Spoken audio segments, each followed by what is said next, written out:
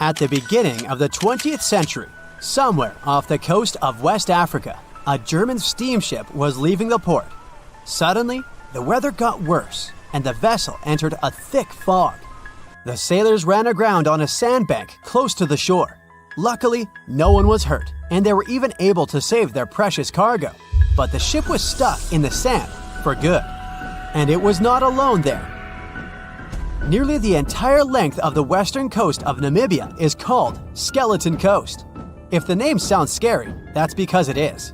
This 976-mile-long beach line is among the most dangerous places on Earth. The local Bushman tribes believe that their supreme deity made this land when it was angry. The Portuguese were the first Europeans to set foot in Namibia in the 15th century. And yep, they didn't like Skeleton Coast either. Portuguese explorers thought this land presented the gates to the underworld. This is the place where the Namib Desert meets the Atlantic Ocean. It might be dangerous, but it's actually beautiful. Plus, it's a UNESCO World Heritage Site. If Skeleton Coast had a PR manager, they would quit on the first day on the job. The area is not exactly tourist-friendly because of its geography and history. Beneath the sand and the waves, there is a secret ocean currently lurking for unsuspecting sailors. It's called Benguela Current. It flows towards the north along the coast of southern Africa. This part of the Atlantic is rich in marine life, but the current's land neighbor isn't that happy with the deal. This arid climate created the Namib Desert, one of the driest regions on Earth. And that marine life I just mentioned? It's sharks. 11 species of them to be exact. And yes, the great white decides to pop by once in a while. So far, we've got a desert landscape, strong currents, and sharks. Not a place for a beachside resort, definitely. But if someone ends up on Skeleton Coast, will they know they're in danger? Don't worry, they will. The beach is littered with wrecks of all sizes and shapes. If you remember that German ship I mentioned in the very beginning, its massive and rusted stern is now sticking out from the desert sand. There are some 500 wrecks in total scattered along the coast, and it's a mixed crowd, from Portuguese galleons centuries old to ships that ran ashore here in the 21st century. A modern fishing ship called Zela India managed to slip from its tow rope in 2008 and ended up on Skeleton Coast. Okay, it didn't escape on its own, it had some help from the elements. But it's better to be a tourist attraction on a beach than to be broken up for scrap. That's where the trawler was originally going, poor thing. Skeleton Coast's most famous inhabitant, to call it such a place, is the wreck of the Dunedin Star. The British cargo liner ran aground here in 1942. The massive rescue operation that followed reveals why it's so dangerous for sailors to end up here. The rescuers managed to save all of the crew and passengers, but at a heavy price. An aircraft and a tugboat were lost in the process. It took the last of the rescuers a full 2 months to return home to Cape Town. Why, you might wonder? One look at the map of the region reveals the reason. It's an endless sea of yellow, which is the sand. There are so few roads here, so Skeleton Coast is hard to reach by land. There are also legal obstacles. You need a special permit to drive into the area. But the skeletons in the name of the area don't only refer to ships, they also stand for animal bones. Most of these belong to whales and seals. Many animals have adapted to the area, so lions and hyenas roam the coastline in search of a meal. Yeah, now there are hungry lions as well, as if those sharks weren't enough. Other animals with a temporary residence on Skeleton Coast include elephants, cheetahs, leopards, and giraffes. In 1971, the Namibian authorities established a national park here, but except for surfers, after an adrenaline rush, they don't get many visitors. You can understand why. The Namib Desert is the oldest desert in the world, and it's not very tourist-friendly either. Those who travel to the region should pack sunscreen and a warm winter jacket. A weird combo, right? Well, not so much when you think that during the day, temperatures soar over 110 degrees Fahrenheit. At night, the air temperature drops below freezing. What a climate roller coaster! And that's not the final danger. Yep, there's more. Remember how that German ship got lost in thick fog? Yeah, it wasn't a one-off event. Because of the region's climate, fog shows up frequently. Sailors should cover their ears now, but this fog is actually good for wildlife. This is their only source of water in the Namib Desert. Reptiles and mammals have adapted to the harsh climate. They use as little water as possible. Shifting sands, thick fog, strong currents, lions, and sharks. Not the stuff you would put in a tourist booklet, but Skeleton Coast isn't the only beach on Earth you wouldn't want to spend your vacation on. I will take you to Cape Tribulation in Australia. The area covers some 48 square miles in the northwestern part of the continent. And no, the area is not as dry as Skeleton Coast. It's part of the Daintree rainforest. You could say that here, it is the rainforest, not the desert that meets the ocean. The beach at Cape Tribulation is straight from a postcard. But looks can be deceiving. Australia? Probably sharks. No, crocodiles are out here to get you if you decide to go for a dip in the sea. There are saltwater crocodiles that the locals call salties. Well, that's a cute nickname for such a dangerous reptile. And it's not just them. The wildlife seems to have a beef with visitors. From October to June, the waters around Cape Tribulation are full of box jellyfish. Their venom affects the human cardiovascular system. When touched by a jellyfish out at sea, swimmers won't have enough time to reach land for help. Vinegar helps neutralize the sting, so you might want to keep a spare bottle in your luggage. Crocodiles and jellyfish sound dangerous, but there's one more animal you should look after. It's the wild boar. It might sound funny, but you won't laugh when you're being chased by one of these across the beach. 21 million wild boars live in Australia. They're mostly active at night, making it even more dangerous if they charge at you. The best defense is running in circles. Wild boars can't cut corners well. That's probably why we don't see many of them taking up careers as race drivers. Cape Tribulation has one last danger installed for you, and it's not an animal. Out here, even the trees are plotting against visitors. The stinging tree got its name for a reason. If you try to pick one of its beautiful red berries, it'll fight back. Its prickles are like tiny glass shards. The less than pleasant effect on your skin will last for a month. Then there is this wait-a-while bush. Who keeps naming them like this? This long vine has spikes that grab hold and just don't let go. They are so strong they can pull a human off a horse. You'll have to wait for someone to come by and save you from this thorny grabber. If you are about to cross this Australian beach from the vacation list, hold on for a second. Tourism is booming here. The local authorities have restricted access to all of the danger zones. Visitors go swimming in dreamy water holes that are surrounded by lush vegetation.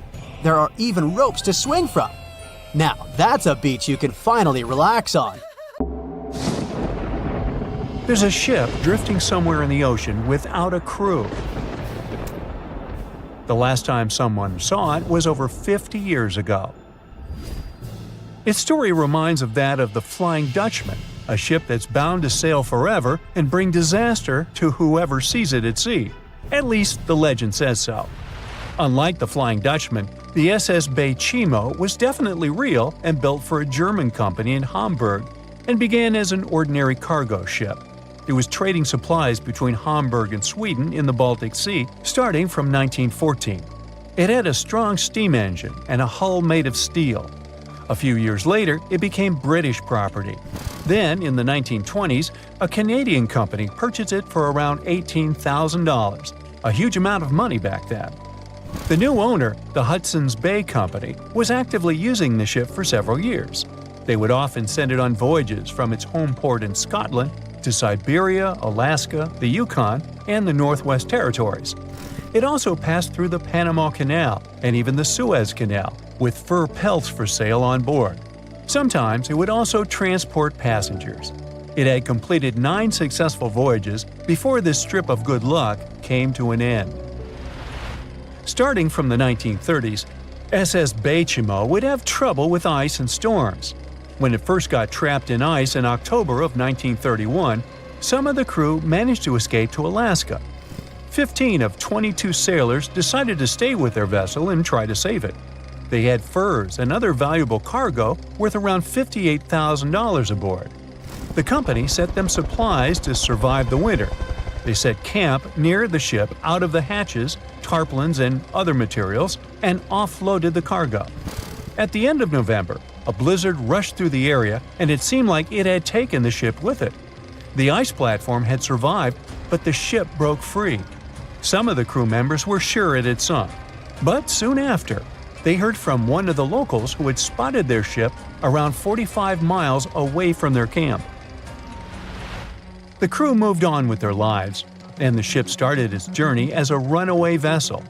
People would spot SS Chimo once a year or so, all the way until 1965. It was mostly spotted off the coast of Alaska. A man going to Nome with his sled dog, along with prospectors, explorers, and treasure hunters, all claimed to have seen SS Chimo. Someone tried to board it and take it to port, but ended up stranded on it for days because of horrible weather. Others got luckier and managed to take a whaleboat, some furniture, and other valuables from the vessel. Those who got close to the ship saw that it was damaged and missing the propeller. Still, it stayed afloat without a crew for at least 38 years and became the longest sailing ghost ship in history. In 2006, the Alaskan authorities started a project to solve the mystery of this ghost ship of the Arctic and finally find SS Chimo, either still above or below the water. So far, the project has not been a success. SS Chimo remains one of the estimated 4,000 ships that have disappeared off Alaskan shores. If the legend of the 17th century isn't lying, this ghost ship could be sailing somewhere along the Flying Dutchman. It belonged to the Dutch East India Company. Its captain managed to do the impossible for that time and sailed from Holland to Indonesia in only 3 months. They said he was flying over the sea, and some evil tongues explained that he had made a deal with evil forces to achieve that. Once the ship was sailing back home, its captain and crew disappeared without a trace. There are many versions of what happened to it. One of the first ones said it had tried to enter port at the Cape of Good Hope, got in a terrible storm, and sank as there was no captain to save it. Another legend says the captain had refused to obey the skies to let the ship sink during the storm. A scary life form then struck the boat and the crew, and it was condemned to forever wander without rest. Many sailors claim to have spotted the Wandering Dutchman. The Duke of York, who was to become King of England, mentioned having seen it in Australian waters. Right after spotting the ship, the man who saw it first fell from the top of the mast and didn't survive. There were more encounters with this legendary ship up to the middle of the 20th century. Ships would nearly collide with it as the Flying Dutchman jumped out of the blue. Scientists have a more logical explanation for this mystery: Fata Morgana, not to be confused with Hakuna Matata. Now, when you're out at sea on a hot day and the air is all wavy, it feels like when you look at the road on a scorching summer day. That's because of something called atmospheric refraction. When light passes through different layers of air with different temperatures and densities, it bends and twists. Sometimes, under certain conditions, this bending of light can create really bizarre optical illusions over the ocean, like sightings of the Flying Dutchman. The Fata Morgana phenomenon can make distant objects appear distorted, stretched, or even lifted above the horizon. So you can see a ship far away, but because of the way the light is bending, it will look like it's floating above the water or even disappearing and reappearing. A Fata Morgana is most commonly seen in polar regions, especially over large sheets of ice that have a uniform low temperature. But you can see it anywhere, even in deserts and over lakes on hot days. The first stories about ghost ships go all the way back to ancient Greek and Roman mythology. One of the most famous ghost ships in history is the Mary Celeste. This brigantine was traveling from New York City to Genoa and was fully stocked with provisions, but missing a crew when it was discovered in the Atlantic Ocean in 1872. The crew's personal belongings were also there, completely undisturbed. The final entry in their log was made 10 days earlier. We still don't know what happened to its crew, and the ship has inspired many spooky stories and legends. The Lady Lovibond was another legendary schooner that is believed to have been wrecked off the coast of Kent in the middle of the 18th century. The story tells that the ship's captain, Simon Reed, had just got married and took his bride on board for a celebratory cruise, despite the superstition that it could bring bad luck. They were on their way to Portugal when the first mate, who is also in love with the captain's new wife, went mad because of jealousy, attacked another crew member, and then took over the wheel and steered the ship straight into the dreaded Goodwin Sands. No one aboard survived, and the schooner is said to reappear as a ghost vessel every 50 years. In present times, many vessels become abandoned and turned into ghost ships intentionally. There are thousands of them floating in U.S. rivers, lakes, channels, and coastal waters. Some people lose their boats in storms and other extreme weather. Others have to abandon their boats because maintaining them can cost 10% of the boat's price. Plus, docking a vessel can add up to several $1,000s every year. Most boats have been made of fiberglass, so an owner can't just recycle them as scrap metal. So, once they want to get rid of it, they often tie it to a dock and sneak away, or leave it floating far away from the shore, or just try to sink it. When ghost ships sink in shallow waters, they can cause damage to coral reefs, mangroves, marshlands, oyster habitats, and wetlands.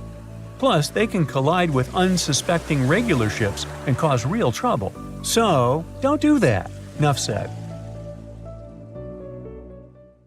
Thick fog is rising over the ocean as the sun is slowly sinking towards the horizon. It's hard to see further away than a few dozen feet, but that's enough to notice a hulking, skeletal shape in the distance. As your ship approaches the figure, your heart beats faster, and then you make out the details of another vessel, abandoned by the looks of it. Ghost ships do exist, and their mysteries aren't always solved. Take MV Hoita, for example. It was a wooden vessel built in 1931 as a luxury yacht. It had served well to various people over 20 years before it was bought by a Samoan sailor and became a merchant ship. In 1955, though, Hoita's service came to an abrupt and mysterious end. On October 3rd, it set sail for another trading voyage that should have taken no more than 48 hours.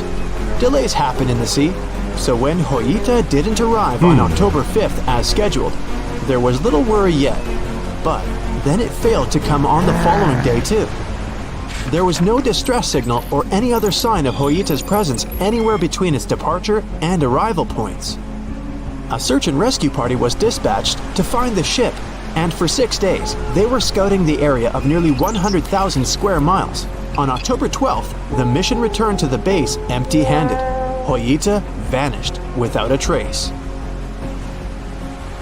It was only a month later that another merchant ship, Tuvalu, noticed the missing vessel far away from its route, drifting in the open sea and listing heavily.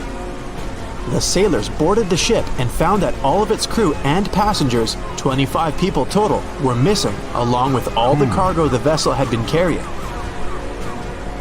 The radio was tuned to the International Distress Channel, meaning that the crew had been trying to ask for help, but they couldn't reach anyone because the radio cable had been damaged, limiting the range to 2 miles. The lifeboats were missing as well, indicating that people on board must have left the ship. Unfortunately, they seem to have taken the logbook with them, leaving the rescue team clueless as to what had happened. Even today, the mystery of MV Hoita hasn't been solved yet. No one knows where the crew and passengers had gone and what had caused them to leave. SV Carol A. Deering wasn't a ghost ship in the usual sense of the word. There are no sightings of it in the open sea. Instead, it was found on the shore, but the circumstances of it running aground are a puzzle shrouded in mystery. Carol A. Deering was built in 1919 in Maine, and it was a large vessel made for commercial voyages. Unfortunately, despite its large cost of construction, it had only served for a year before its last trip. July 19, 1920. The ship was traveling from Puerto Rico to Rio de Janeiro via Newport News to deliver a cargo of coal. It was almost halfway to the final destination when the captain fell seriously ill, and the crew turned back to drop him and his son off and replace the captain. The voyage went without incident, but when it came to Barbados in December to resupply, there were strange moods among the crew. The first mate didn't seem to be happy with the new captain. No one paid much attention to it back then, when they probably should have. The last sighting of Carol A. Deering at sea was on January 28, 1921, when a lightship noticed it off the coast of North Carolina. There was some commotion on the quarterdeck of the ship, where the crew were normally not allowed. Then, another vessel sighted it, but there was already no one on the decks. On January 31st, the merchant ship was found hard aground in the Diamond Shoals, a site notorious for numerous shipwrecks that had been occupying there for centuries. When the search and rescue party boarded the ship, they found it abandoned, the log and personal belongings of the crew gone, along with the 2 lifeboats. There is still no answer to what happened on board of Carol A. Deering that January, although the most popular version was mutiny. Maybe we'll never find out the truth though. SS Bechimo is perhaps one of the most notable ghost ships in history. This large cargo steamer was built in 1914 in Sweden and plodded its way dutifully over 16 years, trading provisions for pelts with native tribes of Alaska and Canada. But then, on October 1st, 1931, Bechimo got caught in pack ice. At first, it seemed the crew would be able to wait it out and continue on their route because the ship broke free in a couple of days. But in less than a week, it became caught again, this time for good. In another week, a rescue party was sent to fetch 22 of the Bechimo's crew, while another 15 remained behind to wait through the winter if necessary and get the ship back. But a month later, after a powerful blizzard struck their camp, the sailors went out of their shelters only to find the ship gone. Luckily, a few days later, a native hunter told that Bechimo hadn't been lost yet. He'd seen it about 45 miles from where they had been stationed. They managed to track it down, but decided the ship wouldn't survive the winter, so they took the most valuable cargo from its hold and abandoned it. They were wrong though. SS Bechimo did survive that winter, and many more that followed. When the ice broke, it sailed away on its own, drifting listlessly along the shores of Canada and Alaska. There were numerous sightings of the ghost ship, sometimes adrift in the open sea, and at other times stuck in the pack ice again. People attempted to board and salvage it, but weather conditions or lack of equipment always prevented them. SS Bechimo was last sighted by native Alaskans in 1969, 38 years after its abandonment. What became of it later remains unknown. The story of SS Orang Medan is one of the most puzzling and harrowing ghost ship stories of the 20th century.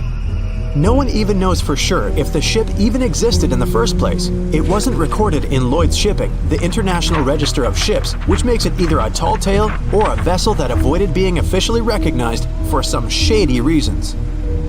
In any case, the accounts as to what happened to the Medan vary. According to most reports, it was carrying some unknown cargo in the Indonesian waters when a distress call was received by another ship in the vicinity. The officer on duty heard an SOS message, but its contents are different depending on the accounts. The message did not repeat, and the crew of Medan didn't answer to any attempts to contact it back. The ship that received the distress call hurried to the rescue, but they only reached the vessel the following day, when it was already drifting and slightly listing.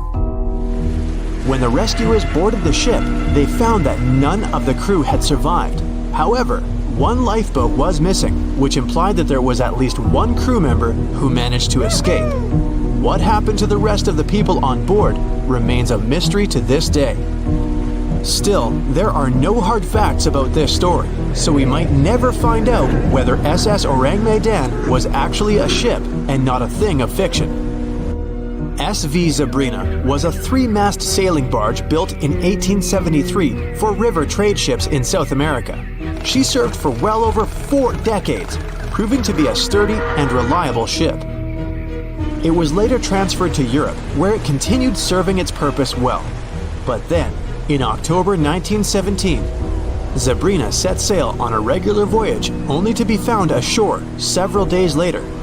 Mysteriously, although the ship was perfectly intact, the entire crew of 5 and the captain were gone. There is no direct evidence or hard facts as to what really happened that day. The most convincing theory is that the crew were washed away from the deck because of an underwater explosion. And then the ship sailed ahead without them. But the truth, as always, remains unknown. They said it was the most technologically advanced ship. They said it was unsinkable. And when it sank, they made a movie about it. These were the main reasons why the Titanic disaster became world famous. But unfortunately, this is not the only large-scale shipwreck. And sadly, there have been cases much worse than the tragedy of the Titanic. One of them occurred on April 27, 1865. The Sultana steamboat carried passengers and cargo daily between St. Louis and New Orleans. It was a pretty large wooden boat with 3 decks and was 260 feet long and 70 feet wide, almost twice the size of a basketball court. The ship could carry about 350 passengers, but on that unfortunate day, more than 2,000 people were on it. On April 23rd, she was making a routine voyage from New Orleans when it broke down. Something was wrong with the boiler, so the vessel docked in Vicksburg for repairs. At the port, the ship's captain, James Cass Mason, found out about an excellent opportunity to earn a lot of money. All he needed to do was to transfer a large group of former prisoners to the north. The captain agreed to do it, but the problem was that the boiler required a lot of time to repair. Mason was afraid that his competitors would take the job, so he decided to sail despite the malfunction the ship had. He patched up the holes in the boiler instead of a big repair and invited all the ex-prisoners on board. So, there was a broken boiler, an excess number of passengers, a lack of lifeboats, and not the best river conditions. Also, the captain refused to send the ex-prisoners to the hold, so they were all with ordinary passengers. There were strong chances for a shipwreck, but the greedy desire to earn more money was stronger. The Sultana went on a voyage and sailed up the river for 2 days. At this time, one of the biggest Mississippi floods in history began. The river overflowed its shores because of the flood, with the water level rising several feet.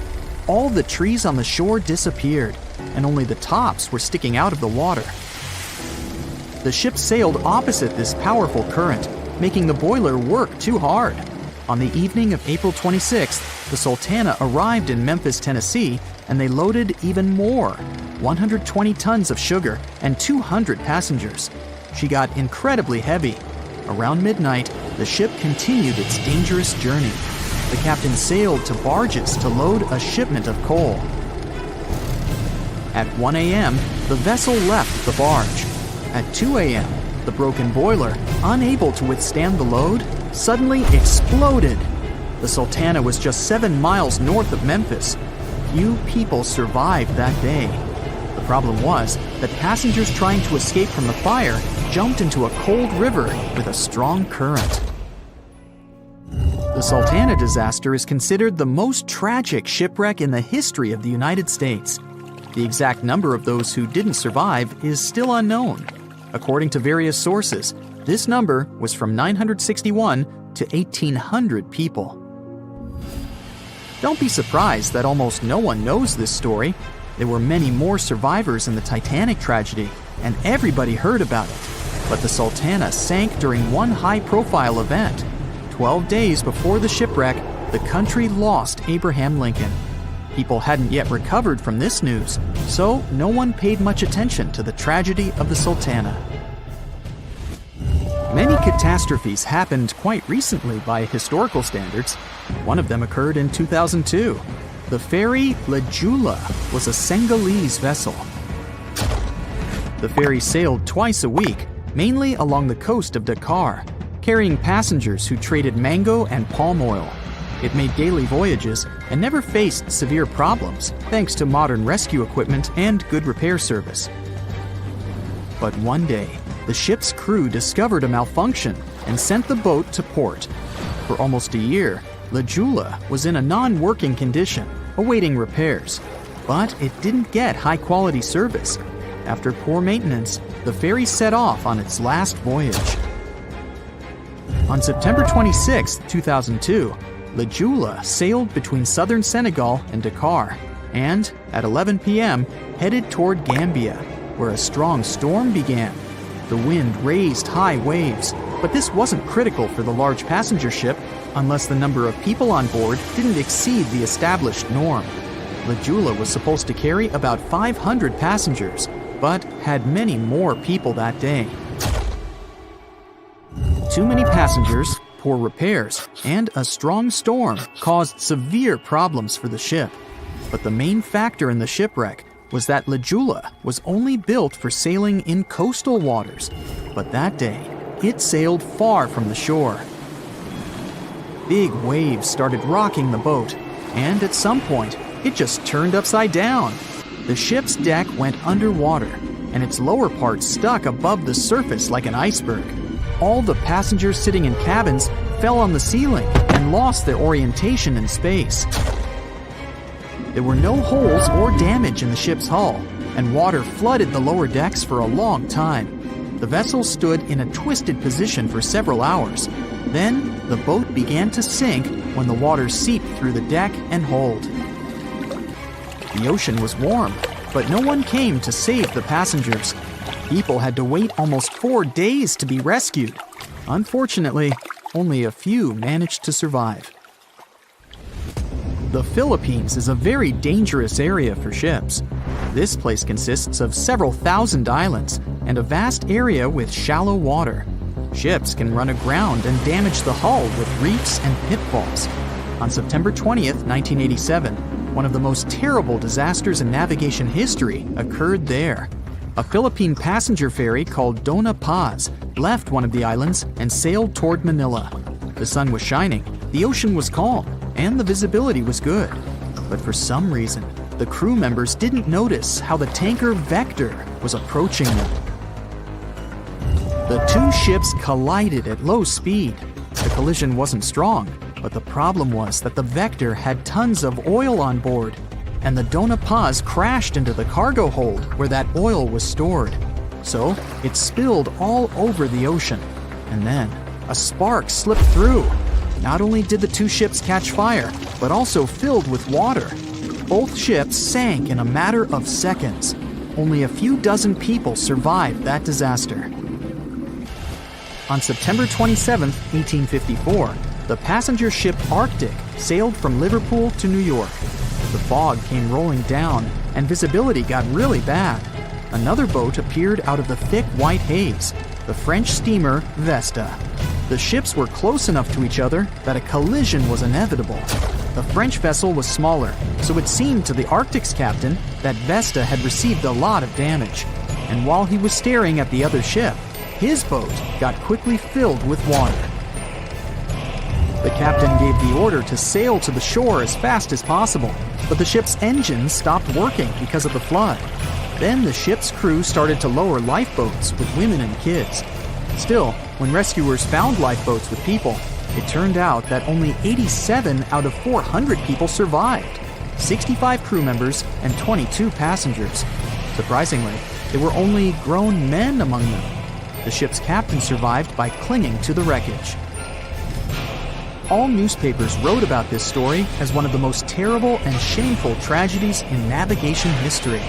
The survivors were criticized because they didn't save women and kids, and the crew members were accused of violating the law, since the safety of passengers should be higher than the safety of sailors. But despite this, none of them were brought to responsibility.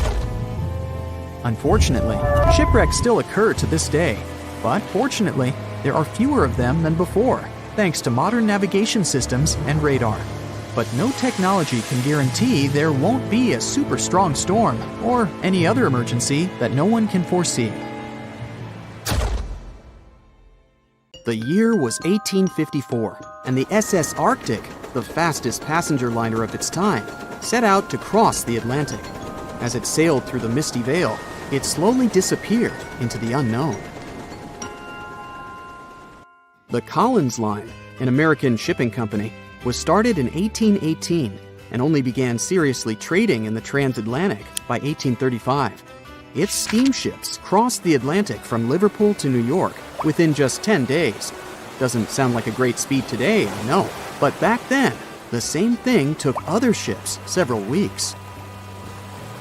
Light on the water with their wooden hulls, powering through with a strong steam engine, those steamships were the favorite choice for many high-profile people. What could go wrong with such an advanced ship, they thought. This reminds me of some other ship everyone believed to be unsinkable. But anyway, back to the Collins Line. It grew to be a serious contender on transatlantic routes, with only one other competitor, the Cunard's Line. It was a British company also aiming to be the main force through the Arctic Passage. In 1835, the company received a new ship that traveled to Liverpool and came back to New York with the largest cargo ever at that time. From then, the Collins Line was steadily growing.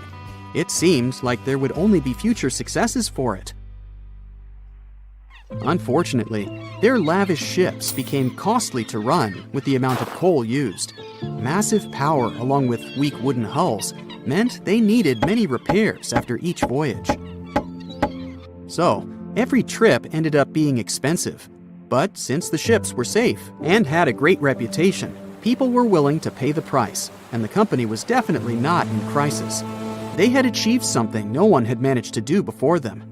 Like I told you, their ships crossed the Atlantic in a whopping 10 days, and Edward Collins, the owner, was very determined to maintain the pace.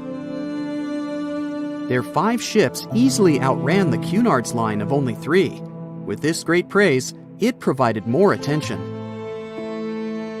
Though the Cunard's ships were slower with their iron hulls, they believed there was still profit, regardless of how slowly they sailed. Among Collins' ships, the Arctic, the third of them to be launched, was the largest, reaching 284 feet long, with 2 side-lever steam engines, each with 1,000 horsepower. The paddle wheels made 16 revolutions a minute when at full speed. At the time of its launch, the press called it the most stupendous vessel ever constructed in the United States. But glamour and fame couldn't avoid what would come next. On the 27th of September, the Arctic was on its journey from Liverpool to New York, continuing a speed pace through the thick fog. It's possible that by that moment, after 4 years of record-breaking trips, the crew became overconfident with their sailing and the ship. Going only 50 miles from Newfoundland, they carelessly continued through the fog with no radio contact, sonar, or any other form of identifying objects, equipped only with Morse code. A smaller ship, the SS Vesta, which operated as a fishing vessel, often worked around Newfoundland. It was passing through the same path as the Arctic and crashed into its side. Shocked by the collision, the captain of the Arctic offered help to the much smaller Vesta, but it was soon clear that the damage that seemed minor on the Arctic was far worse. Beneath the waterline, a hole was letting water into the hull. The cost of the much faster wooden hull now seemed less valuable. They steered toward land, trying to plug the holes, but they weren't doing so well, and the seawater continued to pour in, filling up higher and pushing the ship down. And finally, once the engine room was full, it put out the boilers, taking away the massive power the Arctic was once legendary for. They moved slowly until coming to a complete stop. The ship continued to sink, and the order was to abandon it. At the time, maritime law allowed for the Arctic to carry only 6 lifeboats, only capable of saving 180 people. The crew and some of the passengers managed to push their way aboard and took most of the seats on those boats. Things were pretty wild, and everyone forgot about their manners, not letting the ladies and the youngest ones board first. It took 4 hours for the Arctic to sink. 150 crew and 250 passengers were on board. Those that weren't able to find a lifeboat made a desperate attempt to build their own rafts from parts of the ship. 2 days later, only 3 boats made it safely to the shore. The other 3 were never found. Believe it or not, the rescue party also saved some people that had been clinging to the wreckage for 2 days. Unlike the crew, the captain went down with the Arctic, but amazingly survived.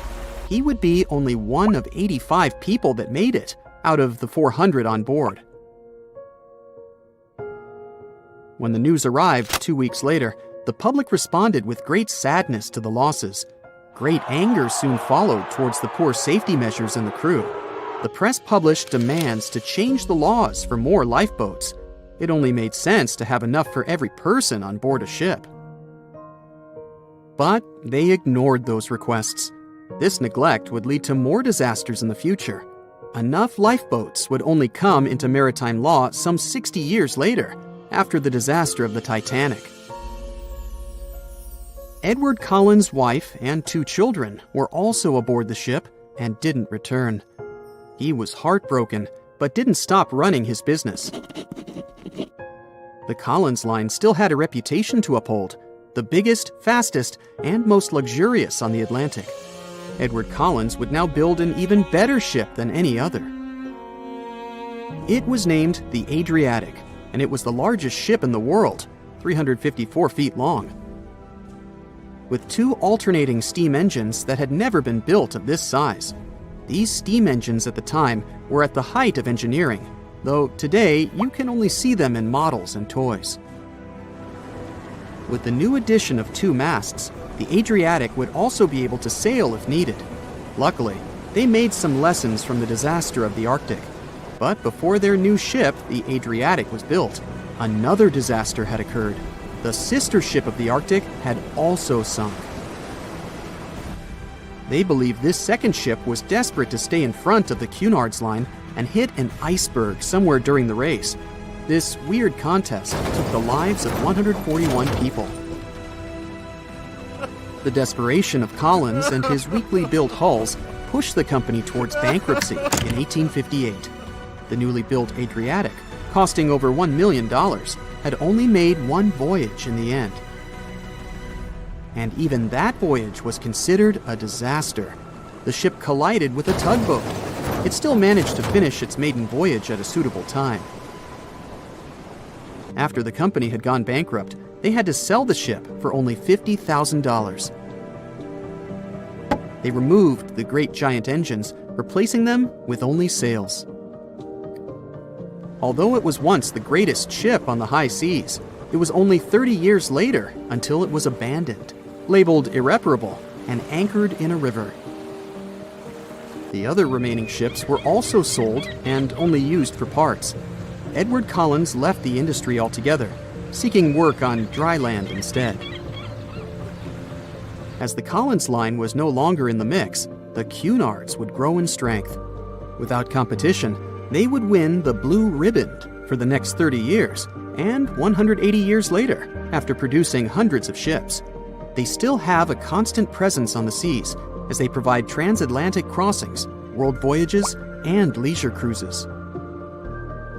To this day, the Cunard line is the only one to run ships between Europe and America, and it's great proof that it's not always the fastest that's the best. A ship is traveling across the Atlantic Ocean when a storm starts. At first, the situation doesn't seem to be very bad, but soon, people on board the ship realize that the storm is intensifying. Waves are huge, and nothing can save the ship. It's starting to sink. On board, there's only 1 lifeboat. Sadly, it can only hold 1 person. The captain is in a terrible situation. He needs to decide which passenger can be given a chance to survive. Besides the captain, there are 8 people on board. Some of them seem to be lovely. Others look like villains. But you might not know the truth until it's too late. The first passenger is Alex, a 28-year-old talented artist. He's just had his first international exhibition and is boasting about that left and right. He claims to dream of inspiring the world with his art, but did I mention it's his shy twin brother who painted those masterpieces? And Alex just steals his shine? Next is 23-year-old Maria, who's 8 months pregnant. She's quite spoiled, often behaves unreasonably, and treats the staff on board badly. She's traveling home to her husband, but little does he know that the kid is not his, but his best friend's. And she's been cheating on him since forever. Though we can't let this innocent soul perish, can we? Despite his untidy appearance, this 65-year-old scientist, Professor Marcus, is a leading researcher in the field of gene therapy. He's working on a breakthrough that could save millions of lives, but there are skeletons in his closet too. It's been 15 years since anyone saw his wife, Judith. Does Marcus's scientific progress have something to do with the mysterious disappearance of his wife? Dr. Anna is 34 years old. She's a surgeon who saved hundreds of lives during natural disasters. She succeeded as a doctor, but failed as a parent. Her 3 daughters live with their dad and don't want to hear anything about their mother. 78-year-old Teresa is a widow whose family gave up on her because of her bad temper. She's traveling for the last time in her life to visit her late husband's grave.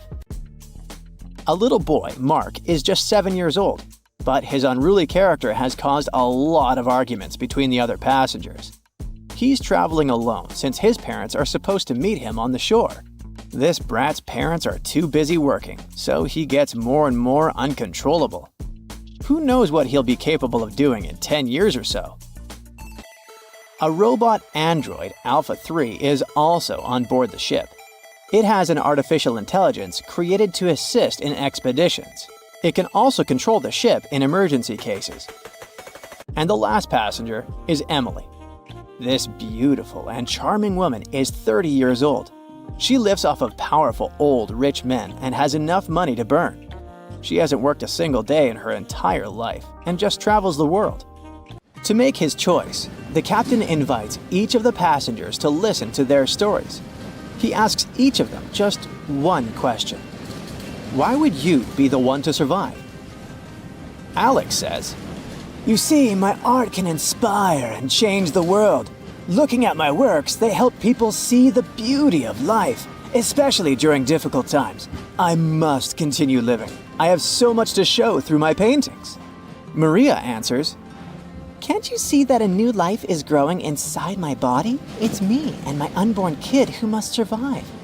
We risk losing a talented doctor or an artist in the future. It's not just my life we're talking about." Professor Marcus says, "My work is not finished yet. It might save thousands of lives. I'm close to a breakthrough and I need to live to make it." Dr. Anna says, "My hands save lives. I have proven many times that I can do the impossible in extreme conditions. The world can't lose my skills and knowledge." The elderly woman begs, "Please, you must understand me. I might have lived a long life, but I want to see my husband's grave." Mark says, "I'm still a kid. My parents are waiting for me at home. I want to hug my mom and dad." Alpha 3 states that it was created to serve and help people. Its ability to analyze situations and make rational decisions in a crisis can be used to prevent future disasters. Emily admits, "Look at me. Doesn't every person have their unique value? I'm young and beautiful, and I have a lot of potential. Surely you see it." The captain is desperate. How can he, a mere mortal, decide who should live and who he should take this chance away from? After pacing his cabin and hitting the walls with his fists, he decides to estimate passengers' value and see how useful they are. Alex, as a talented artist, can influence society through his art, providing inspiration for thousands of people who will see his masterpieces. But no one knows where his ego can bring him. Plus, remember who the real artist is. Saving Maria means saving her unborn child. But however cynical it may sound, the contribution of these 2 lives to the future of society is assumed, but not guaranteed. What if that child grows up to become a criminal? Professor Marcus can indeed provide significant benefits to society through his scientific research, but he isn't young. What if he doesn't live long enough to finish his work? Dr. Anna is a surgeon. She's already saved a lot of lives and will definitely continue to do so in the future. Her ability to provide immediate medical assistance in critical situations makes her one of the most valuable candidates for survival, since she can directly and regularly save lives. At the same time, she is a terrible mother, and it'll definitely influence the lives of her daughters. Teresa is living history and experience, but unfortunately, her ability to continue contributing to society is limited. In simple words, she's old, and we don't know how much time she has left. Mark is in a similar situation. He has the potential for a long and productive life, but his immediate contribution to society is limited. His survival is based on the potential for future contribution, which is difficult to estimate at the moment. Alpha 3 can provide valuable technical assistance and functional support, but as a robot, it does not add to human well-being directly. As for Emily, despite her beauty, her achievements are minimal. On the other hand, she's only dating wealthy and influential people, and thus has a lot of influence on society of her own. Now, from the perspective of how much profit each of the passengers can bring, saving Dr. Anna seems to be one of the most logical choices. Her knowledge and skills can save many lives in the future, which means the greatest good for the greatest number. But let's have a look at the captain's choice. In the end, after listening to all the passengers and pressed for time, the man decides to save Emily. Can you figure out why he's made such an unexpected choice? Write your answer in the comments below. You can also pause the video to think it over. Okay, I suppose you're ready for the answer to be revealed. You see, even though each passenger presented very compelling arguments for why they should be saved, the captain was particularly moved by Emily's charm and attractiveness. And even though there were more logical candidates in terms of utilitarianism and humanism, the captain succumbed to his personal feelings and preferences, which influenced his decision. This riddle illustrates that in real life, people often make choices based on their sympathies and preferences rather than logic or public benefit. This is because emotions and personal relationships can have a strong influence on our perception of situations and decision-making. Here's a real-life example.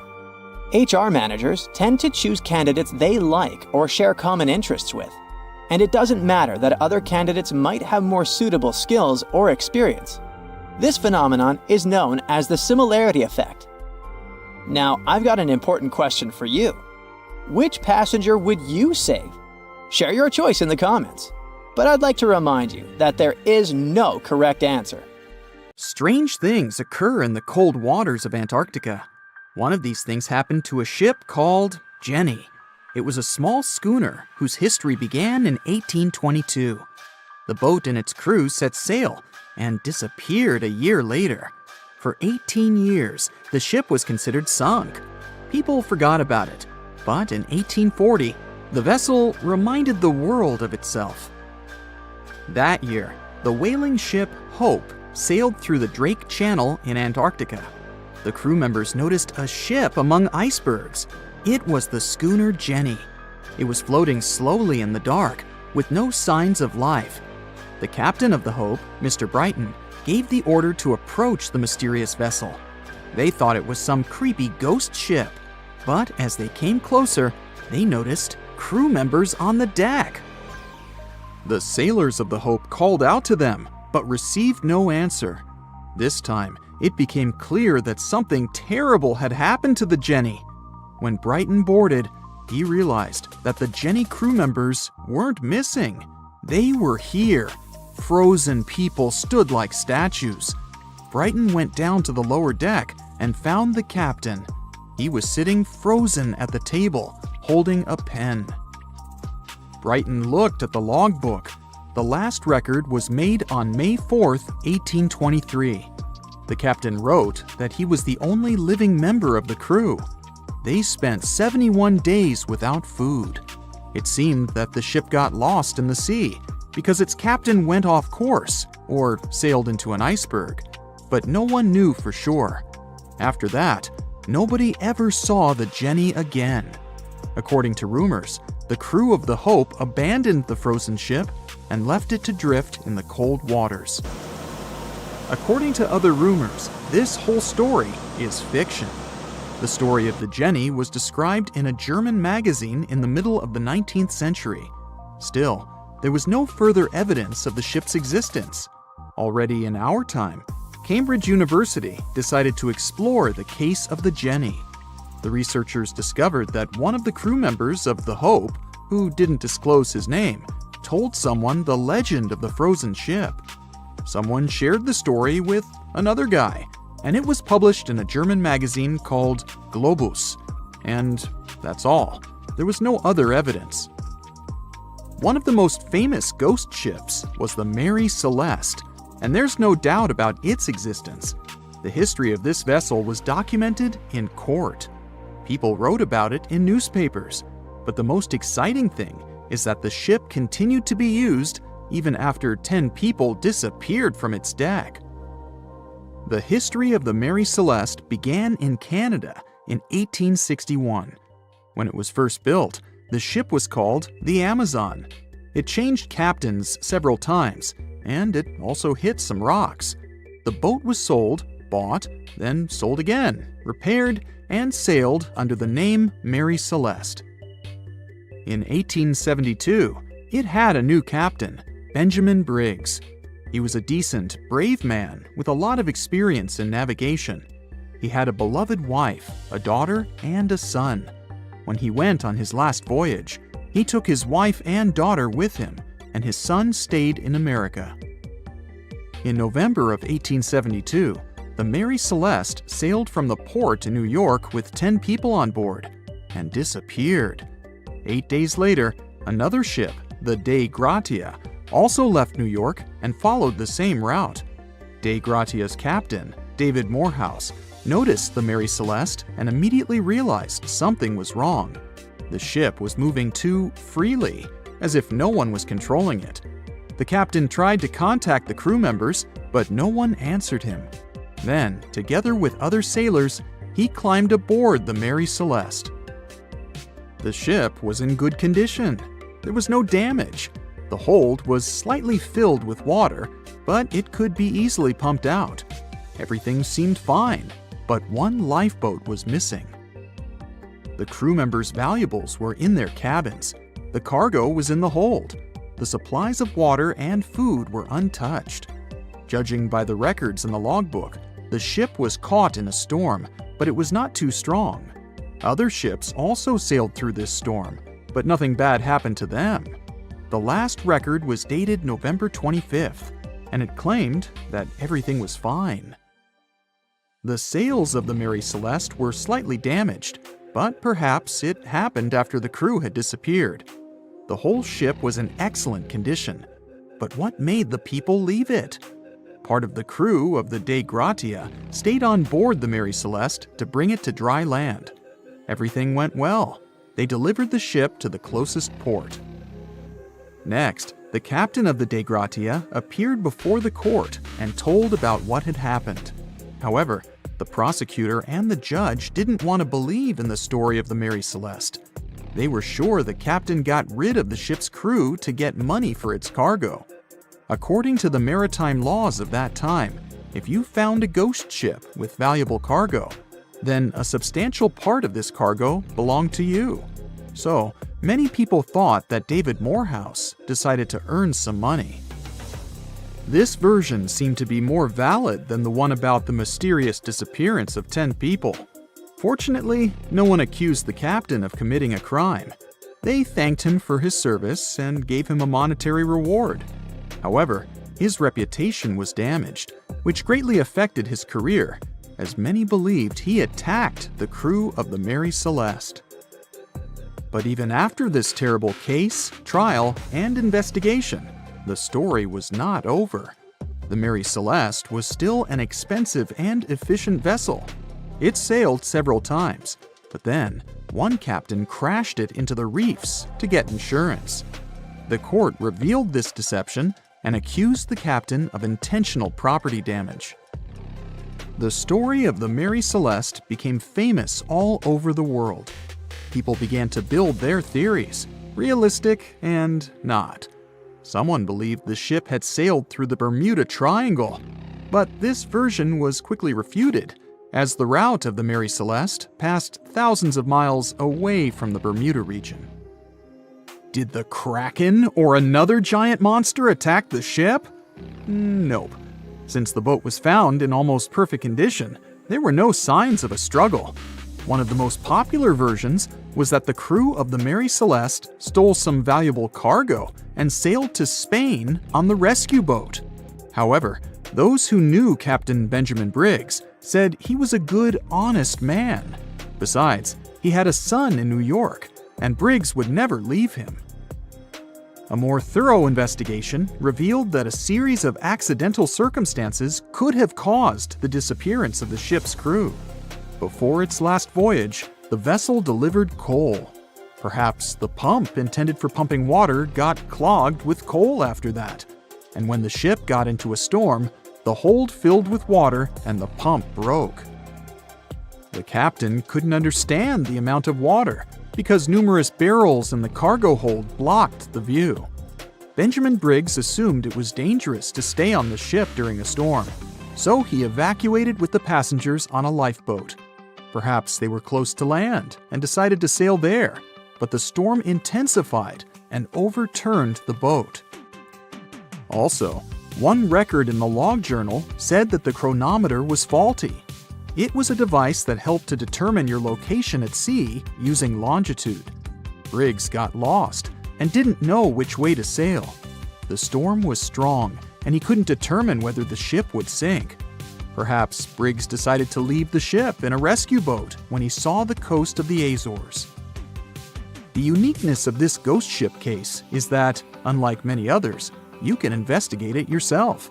There's a lot of information about the Mary Celeste on the internet. There are documentaries and research articles. Perhaps you'll be able to notice something that others haven't seen and solve the mystery of the disappearance of 10 people. The movie Jaws came out in 1975, and since then, people have been terrified of sharks. Some people fear seeing a great white's head come out of their showers, not to mention the fear of running into one at your local pool. Of course, none of this is actually possible, but some other scary shark stuff is. Like, yes, sharks can attack boats. They probably won't sink one. It depends on the size of the shark and the size of the boat. Today, we're diving deep into the facts and myths about the sea's biggest predator. It was the year 1953. On a typical July morning, two fishers set out on their daily lobster harvest. They took their white-hulled dory out to sea off the coast of Cape Breton Island in Nova Scotia, Canada. Since it was the lobster season, the sea was dotted with several dories spread out across the water. But that day, something strange happened. As soon as they put the dory at sea, they noticed a large dorsal fin chasing after their boat. They were surprised to see that the shark would follow their boat's every move. For an entire week, they took out their white dory from the harbor, and the shark followed them around. Until one morning, as the men were alone at sea, the shark charged at full speed at the boat and smashed a 7-inch hole in its bottom. The boat turned over, and both men fell into the water. The shark didn't come after the men, though. Instead, it swam away and disappeared for good. To clarify, a dory is a small, fragile boat usually measuring 16 to 23 feet long. So how long did that shark need to be in order to sink it? Well, as soon as the boat was retrieved from the ocean, researchers found something interesting. One of the shark's teeth was found stuck in the hull. According to Harvard experts that analyzed the tooth, it most certainly belonged to a 12-foot white shark that weighed around 1,200 pounds. One thing intrigued scientists a whole lot. The great white didn't seem to be interested in the men aboard, but rather in the boat itself. The question is, why? Some people suppose that this great white followed the dory around because it was white, and the animal probably thought it was some big white mammal. It's not the first boat a shark has attacked. You see, sharks don't attempt to sink boats because they're mean and evil. Rather, it's due to murky waters and hard materials that make them mistake inanimate objects for their usual lunch menu. But that's not what we've learned from popular culture. In Jaws, The protagonist shark managed to poke several holes in the orca as it rammed the boat. The orca was a Nova Scotia-style fishing boat, made out of wood planks. It wasn't a huge boat, so it seemed plausible that a great white could ram it. But, according to Mythbusters, that's very far from the truth. A great white swimming at its maximum speed wouldn't be able to take down a medium-sized fishing vessel. The same goes for bigger boats. Some bull sharks or great whites can turn over smaller vessels though, like kayaks or small boats. If this happens, it's most likely because they think it's a sea mammal and nudge it before taking the first bite. No scientist can say for sure why they do this, only that it's usually a misunderstanding on behalf of the animal. The Shark Research Committee, a nonprofit scientific research organization, has documented a lot of shark attacks on inanimate objects and is trying to answer that question more thoroughly. So far, they've observed several attacks on objects such as crab trap buoys and inflatable float bags. The website has also registered 2 famous attacks on boats. The first one happened in 1959, and a shark left a tooth on the hull of a boat. Researchers later identified it as belonging to a 12-foot great white. The report of the other attack, which happened in 1989, claims that a boat was circled by a great white before the animal swam at the vessel at full speed and hit the boat several times. Of course, those who suffer the most from shark attacks and encounters aren't boats, it's surfers. As far as we know, surfers look like giant wobbly seals from the shark's perspective. According to the Shark Research Committee, there have been 41 confirmed shark attacks on surfers on the west coast of North America over the course of the last century. So, should we be so afraid of sharks after all? Let's learn more about these magnificent sea creatures. Off the top of your head, how many shark species can you name? 4, 8, 10? Well, there are over 500 species of sharks swimming in the ocean. They vary from tiny specimens, about the size of a human hand, to up to 39-foot-long creatures.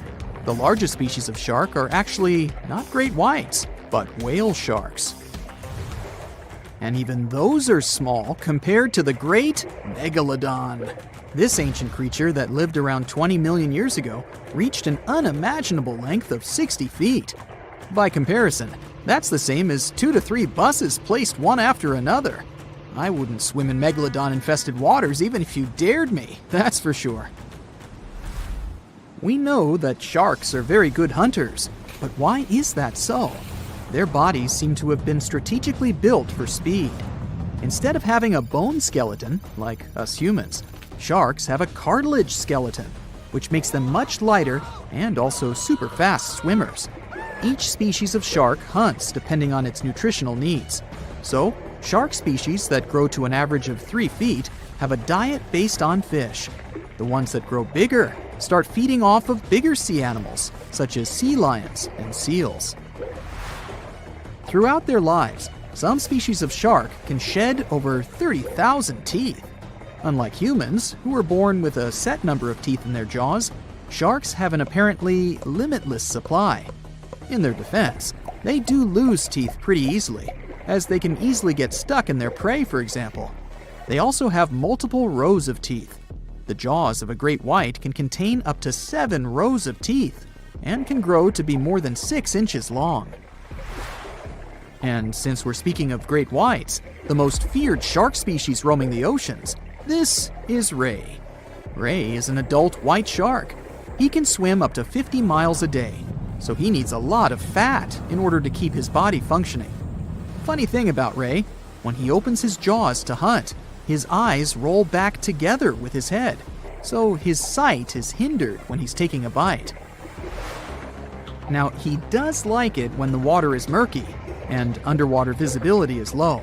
That's because it makes it harder for his prey to spot him coming. These conditions can make it easier for him to grab that yummy seal. But this can also make it easy for him to mistake a random boat for lunch and end up scaring some humans. Some Hollywood movies love to portray sharks as having superpowers. Although they're not innately cruel, One species of shark does have something that can be considered bizarre. Hammerhead sharks, one of the most dangerous species of sharks, have a sort of sixth sense. Inside their heads, they have electroreceptor organs called ampullae of Lorenzini. These organs allow sharks to detect the electromagnetic fields of all living things in the ocean. This ups their hunting abilities to another level. They can even find prey hidden in the sand because they sense its electromagnetic field. You should know one thing. If a shark lives in a balanced ecosystem, it won't feel the need to attack unknown things. These animals are curious, though, so maybe we should cut them some slack when they bite a piece off a random boat. As an experienced sailor and the first man to ever sail non-stop on his own around North and South America, Matt Rutherford has seen a lot during his voyages. But what he saw in 2013 while sailing through the waters of the Atlantic with his colleague surely stands out. Some 800 miles off the coast of Bermuda, not far away from the famous Bermuda Triangle, they noticed a boat that seemed to be moving by itself. The sails weren't up and the motor wasn't running. The sailors decided to check if there was someone who needed their help aboard, so they moved closer to the mysterious ship. Once they got there, things only got weirder, as they realized there wasn't a living soul aboard. Rutherford started filming to document their discovery. The boat looked so awfully abandoned that they expected to find some pretty scary things in there. But it didn't stop Rutherford from searching the vessel. The boat, which turned out to be named Wolfhound, looked like an upscale one, probably costing hundreds of thousands of dollars. It was pretty weird to find it floating by itself in the middle of the ocean. It seemed like whoever abandoned it was leaving in a rush. There were clothes and other personal belongings all over the main cabin. Some parts of the ceiling had fallen and some drawers had popped open. The brave sailors decided to tow the ghost ship back to Bermuda.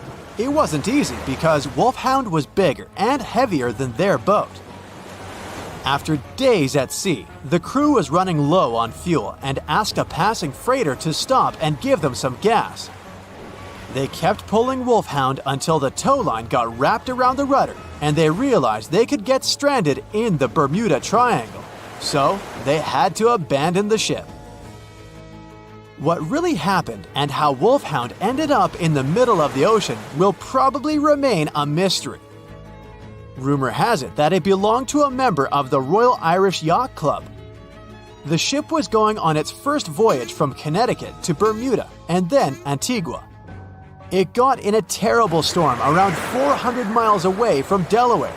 The winds were so strong that the yacht suffered 2 knockdowns. A Greek cargo ship rescued the crew. They left the ship with an emergency beacon on. The rescued crew members shared that they saw the ship sink, which only adds more questions to the story. How did it get back to the surface? Does the Bermuda Triangle have anything to do with that? Christopher Columbus himself reported some unusual compass activity going on in this mysterious area while he was on his way to the New World. Despite the stories of more than 50 ships and 20 planes disappearing in the area, it remains one of the most heavily traveled shipping routes in the world. Some skeptics believe that this fact solves the Bermuda Triangle mystery. It could make sense because the busier the area, the more accidents happen there. But then again, it's not the number of disappearances that makes the place so mysterious. It's the lack of explanation and wreckage lost for good. The first ever confirmed ship to vanish in the Bermuda Triangle was the USS Pickering. In 1800, it departed from the US on its way to the West Indies. The ship sailed into the Bermuda Triangle along with its 90-man crew. No one ever heard anything from them ever since. The popular explanation is that the ship was taken out by a storm. But because no one found any wreckage, we'll never know for sure. The largest ship that has ever disappeared in this mysterious area was the USS Cyclops. In March 1918, carrying a crew of 306 people, the USS Cyclops left Barbados and headed home to Baltimore. The ship passed through the Bermuda Triangle on its journey and vanished into thin air, or rather, water. The Cyclops never sent any distress signal and disappeared without any explanation or trace. The Bermuda Triangle isn't the only place in the world where ships go missing or mysteriously resurface. One of the most famous ghost ship stories would be of SS Bechimo. The large cargo steamer was built in Sweden. On October 1st, 1931, it got caught in pack ice. The crew decided to wait it out and managed to break free after a couple of days, only to get trapped again in less than a week. This time, they didn't manage to make it out. A rescue team went by air to save 22 of the crew members. 15 other members stayed in a wooden shelter they built not far away from the ship. Their plan was to wait out the winter and get back aboard. At the end of November, a strong blizzard was rushing through the area. When it was over, Bechimo seemed to have gone away with the storm. The captain decided it must have broken and sunk, but a few days later, a local hunter informed them that he had seen the ship around 45 miles away from their camp. The crew managed to find the ship and took the most valuable cargo from its hold. They had fears that Bechimo wouldn't live through that rough water, but it did manage to survive after all. Once the ice was gone, it floated away and ended up drifting along the shores of Canada and Alaska. Many people reported seeing the ghost ship in an open sea. Some even tried to board it to save the ship, but the weather didn't allow it to happen. The last time someone saw SS Bechimo was in 1969, 38 years after its crew had left it. It could still be drifting somewhere in the ocean. The story of MV Hoita happened in the South Pacific. The ship was originally a wooden luxury yacht. After serving for 20 years to various owners, it became a merchant ship. In 1959, it set on a trading voyage that was supposed to last around 2 days. When it didn't reach its destination on time, no one was worried at first, as things happen in the open waters. After another day, and no distress signals from the Hoita, it was obvious that something serious was going on with it. There were 25 people aboard, and their families wanted to find them. A search and rescue crew worked for 6 days looking for the ship, or at least its wreckage, in an area of nearly 100,000 square miles. That's 1.5 times as big as Florida. Sadly, the mission had come back with no results. It seemed like Hoita had disappeared without a trace. A month later, another merchant ship noticed Hoita drifting in the ocean, miles and miles away from its original route, and none of the crew members or passengers were on board. The cargo had also disappeared. The lifeboats were also gone, so the people must have escaped the ship hoping to save themselves. It turned out that the crew had been trying to get help as they tuned the radio to the International Distress Channel. But the damaged cable didn't let them send the signal any further than 2 miles. It also looked like when they were leaving the ship, the crew took the logbook with them, and we still don't know what exactly happened to Hoita. Family members of those who were on board are still looking for answers.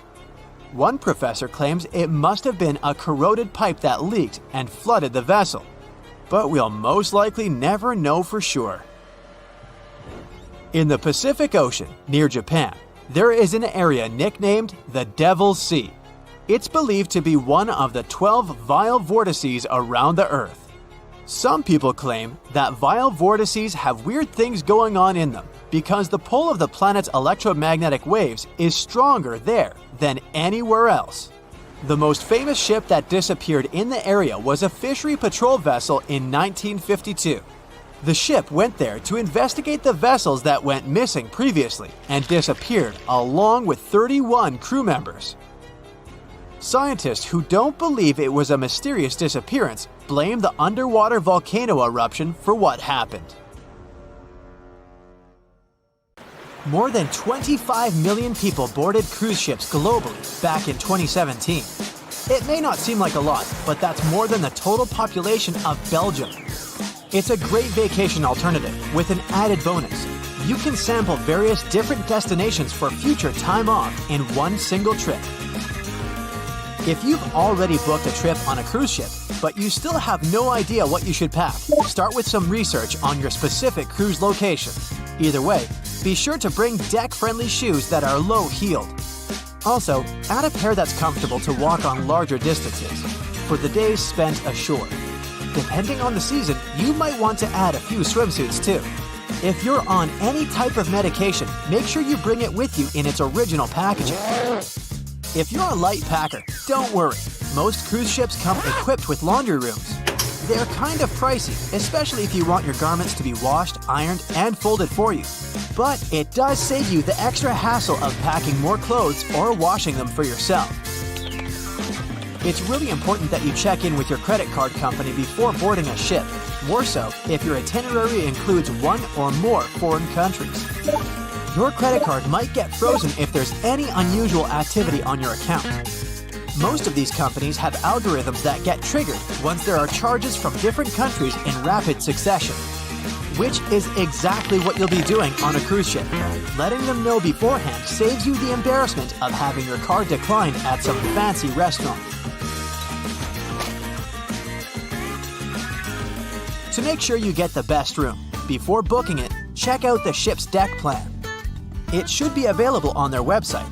If it's peace and tranquility you're looking for, don't go for the rooms directly above or below any of the ship's entertainment points. Also, if you have a history of getting seasick, try to skip the rooms that are available at the front of the ship. Rather, go for those located in the middle of the ship on a lower deck. You'll feel less movement. If it's your first time going on a cruise, you might be surprised to know that some cabin rooms don't have windows. Before making a reservation, make sure to check out all the amenities of the room you intend to book. Most cruise liners add a bunch of pictures from the common rooms on their reservation pages, and it might be a bit confusing as to what you're getting exactly for that specific price point. Also, some rooms on board are quite small too. If you don't like to sleep in small spaces, you might want to upgrade to a larger room, even if it's a bit pricier. You can always split the cost with a friend if they want to join you on the cruise. With the help of modern technology, even if a specific location doesn't have windows, it doesn't mean you can't watch the waves. How, you might ask? Fancier cruise ships feature a secret added bonus. In the areas with no access to sunlight, specialists have built virtual balconies. These high-tech screens work by showing you what's going on outside in real time. They have an added benefit too. In case of bad weather, guests can still have a feel of the outdoors, without the wind or rain ruining their hair or their outfit. It may not be the real deal, but it still beats getting claustrophobic on board. Planning on going on a budget cruise? It might not be such a bad idea, especially if you're on the lookout for last-minute upgrades. You might even end up vacationing like a millionaire without having to spend money like one. These upgrades sometimes include things like a private balcony in your room, maybe some spa services, or even better prices for high-end meals. If they aren't all booked by the time people board the ship, they might be open for the rest of the passengers for way better prices than initially listed. There might be hidden freebies on board if you pay close attention. Things like complimentary pastries on board late in the morning or a late-night cup of tea on the house might be some of the things offered to guests. You only need to ask. You might want to check out what other tourists are doing. Some people with more experience cruising can offer pretty great tips and tricks. Don't be afraid to start a conversation if you see someone getting something for free. Some cruise ships do go all the way on the fancy dial. They even have exclusive areas designed for guests staying in expensive suites. Most of the time, they're located at the top of the ship. On one particular cruise, these types of guests have designated staff members called Royal Genies, which are similar to butlers. They can cater to just a few cabins. Since the cruise line wants to divert other guests from asking them various questions, which will take time away from their assigned guests, the genies do not wear a name tag in public areas. Most common areas of cruise ships do require travelers to follow a dress code. But if you do your research in advance, you might find that some areas are more relaxed when it comes to what people need to wear. Most cruise ships require people to adhere to smart attire, which means pants with a collared shirt for men, or blouses and skirts, dresses, or stylish pants for the ladies. As for the travel destinations, be sure to research the ports you're about to visit in advance. You'll know what to wear, what the weather will be, and if you need to pack anything else, like an umbrella or a beach towel. Stops on cruises only last for a few hours in most cases, so you'll want to get the most out of them. If that specific location includes museums or art galleries you want to add to your checklist, be sure to book in advance so you don't waste time waiting in lines. Some cruise ships even provide their guests with private tours of the ports they're about to visit. Do make sure to book them in advance if this is something you might be interested in, as the list gets pretty full quite fast. Independent tours are a bit more private. You can spend time with your tour guide and even ask more questions. Always remember to put your phone in airplane mode while on board. Most cruise ship horror stories involve cruising newbies that ended up paying thousands of dollars in cell phone charges while on ships, just because they forgot to turn it off.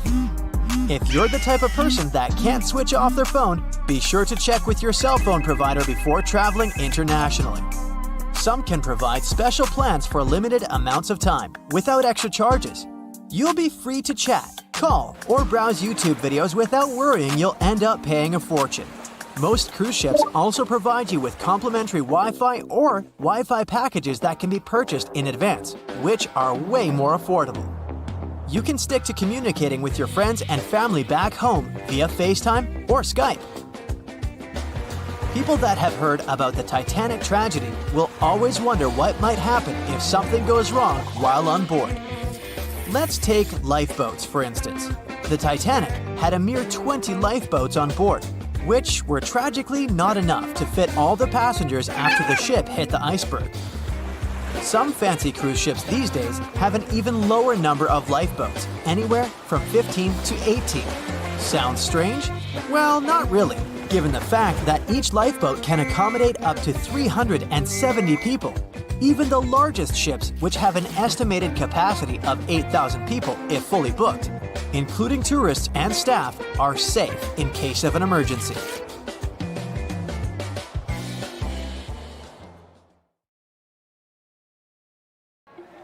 So in 2017, over 25 million people boarded cruise ships all over the world. Now, if you're keeping count, that's more than the total population of Greece. It's become America's favorite choice when it comes to going on vacation. It's easy to see why hopping aboard a cruise ship becomes more popular each year. Heading out on a cruise is also coming back in style with newer generations. 2/3 of Gen Y and Millennials say that cruising is their new preferred type of vacation. How's that? Well, let's see. It's easy to plan in advance. On board, you can find activities for all family members, and you get a chance to visit several different destinations in one trip. An added bonus of booking a cruise? You can sample various places for a future time off. The entertainment on board is often top-notch, providing passengers with an added taste of luxury. And the amenities and accommodations are generally very reliable. Not to mention that it gives tourists that feeling of actually getting away from everything that people strive for while out of the office. Royal Caribbean International is one of the largest cruise lines in the world, with just over 19% of the cruise market as of 2018. Its current fleet is divided into many different classes of ships, including the Voyager class, Radiance, and Quantum. The latest addition to the Royal Caribbean International's impressive fleet was built in 2018. Wonder of the Seas is now the largest cruise ship in the world. Since this spectacular liner has just had her maiden voyage in March 2022, let's look at some of the incredible perks it has to offer its passengers. For starters, the boat is so big that it had to be split into neighborhoods. Well, it figures since Wonder of the Seas can accommodate almost 7,000 passengers. Fond of New York? Well, no worries. Wonder of the Seas has a central park of its own, with an estimated 10,000 plants to check out. The ship's central park is a feature of all Oasis-class ships, being one of the so-called neighborhoods. Let's look at some other areas, shall we? Like this boardwalk, a place that includes an arcade, a candy store, and a sports bar. It's best suited for long walks. There's a pool and sports zone on Wonder of the Sea. These areas feature the ship's numerous pools and hot tubs. There are many activities to check out on the sports court. Then there's the Royal Promenade, or Promenade if you prefer. That's the main road on Wonder of the Seas, with bars, lounges, and places to grab a cup of coffee, or a luxurious latte. The entertainment neighborhood is the focal point for leisure activities on the ship. Here, guests can find a comedy club, an ice skating rink, and even a theater. The spa and fitness area is a tranquil zone with a huge array of treatments available. The fitness center is free of charge, by the way, so there's no excuse for guests to skip a leg day. An extra eighth zone was added to Wonder of the Seas. It's called the Suite Neighborhood. This is an exclusive area designed for guests staying in the suites. Oh, now I get it. It's located at the top of the ship. Guests here have designated staff members called Royal Genies. Yeah, if you rub a lamp in your suite, they appear. Nah, not really. The genies are similar to butlers. They can cater to just a few cabins. Of course, the cruise line wants to divert other guests from asking these crew members various questions and taking their time. That's why the genies don't wear name tags in public areas. As for its itinerary, Wonder of the Seas was initially supposed to be homeported in China, but Royal Caribbean decided to move the liner to the United States. In March 2022, the ship started its journey with 7-night Eastern and Western Caribbean itineraries. In May 2022, Wonder of the Seas is scheduled for a trip to Europe, with Western Mediterranean cruises from Barcelona and Rome planned for its guests. Passengers will also be able to visit Palma de Mallorca, Spain, and Capri, Italy. When the summer season is over, Wonder of the Seas is scheduled to return to Florida to offer year-round sailing starting November 2022. And by the way, there is no truth to the rumor that a special cruise only for highly allergic and hay fever sufferers will be called the Wonder of the Sneeze. Nope, not at all. Now, it's hard to imagine a ship so massive that can accommodate so many amenities on board. For example, the Titanic was the largest ship of its time, measuring 882 feet in length. And Wonder of the Seas is not only 1,188 feet long, it's also 36% taller and 34% wider. Speaking of lifeboats, which I am about to, Titanic had a mere 20 lifeboats on board, which was tragically not enough to fit all the passengers after the ship hit the iceberg. But Wonder of the Seas has an even smaller number of lifeboats, 18 to be precise. Sounds weird and dangerous? Well, not really, given that each of these lifeboats can accommodate up to 370 people. It means that all the passengers and crew members, an estimated 8,000 people if fully booked, are going to be safe in case of an emergency. If we could somehow have a race between the two ships, well, Titanic was in fact the faster ship out of the two, beating Wonder of the Seas by 1 knot per hour. Cruise ship passengers today are more interested in the experience rather than the speed of the boat itself. That's why how fast a ship can travel is not an extremely important aspect nowadays. In terms of costs, Titanic cost around $7.5 million at the time of its construction. It's the equivalent of about $200 million today. How about Wonder of the Seas? Well, it cost a staggering $1.35 billion to build, making it 6 times more expensive than the Titanic. How about we compare ticket prices? Well, in this case, the least expensive ticket on Titanic was £7. It's about $1,000 today. The cheapest ticket on Wonder of the Seas is currently $423, but prices may vary depending on the location, season, itinerary, and how much you tip your royal genie. And I know you were going to ask, how about icebergs? Well, Titanic steamed in the frigid North Atlantic, where you had to be on the lookout for those. Wonder of the Seas will be cruising the balmy Caribbean, where the worst thing you can hit on is 17 and blackjack. Oops, busted. Anyway, set side by side with its other sisters from the Royal Caribbean Fleet, Wonder of the Seas is equally as impressive. The company's earliest ships could host about 2,500 people. This included passengers and the staff. Such ships were Splendor of the Seas, Legend of the Seas, and the smallest of them all, Thumbelina of the Seas. No, wait, that should be Empress of the Seas. Oops, my bad. The largest ships in the company's fleet can now house about 9,000 people altogether.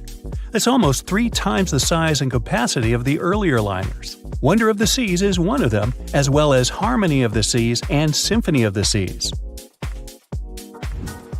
Are you seeing a pattern here? Yep, if you ever encounter a ship with "of the seas" in its name, it's safe to assume it belongs to Royal Caribbean. But if it's a can of tuna, it might actually be Chicken of the Sea. Hey, I like tuna. Now, choosing between cruise ships based on their size is like wondering if you should visit your local museum or the Louvre in Paris. It all depends on your preferences. Some families prefer small settings. Others are fan of large spaces that can provide everything they need. Historically, it's equally as exciting how far we've come in terms of maritime transportation. The SS Royal William, for example, was the first boat to ever make a transatlantic voyage almost entirely steam-powered in 1833. And it was a mere 160 feet long and could house roughly 155 passengers. And if the seas were calm, then they were housed less roughly. Similarly, the first modern megaship in the world was the MS Sovereign of the Seas.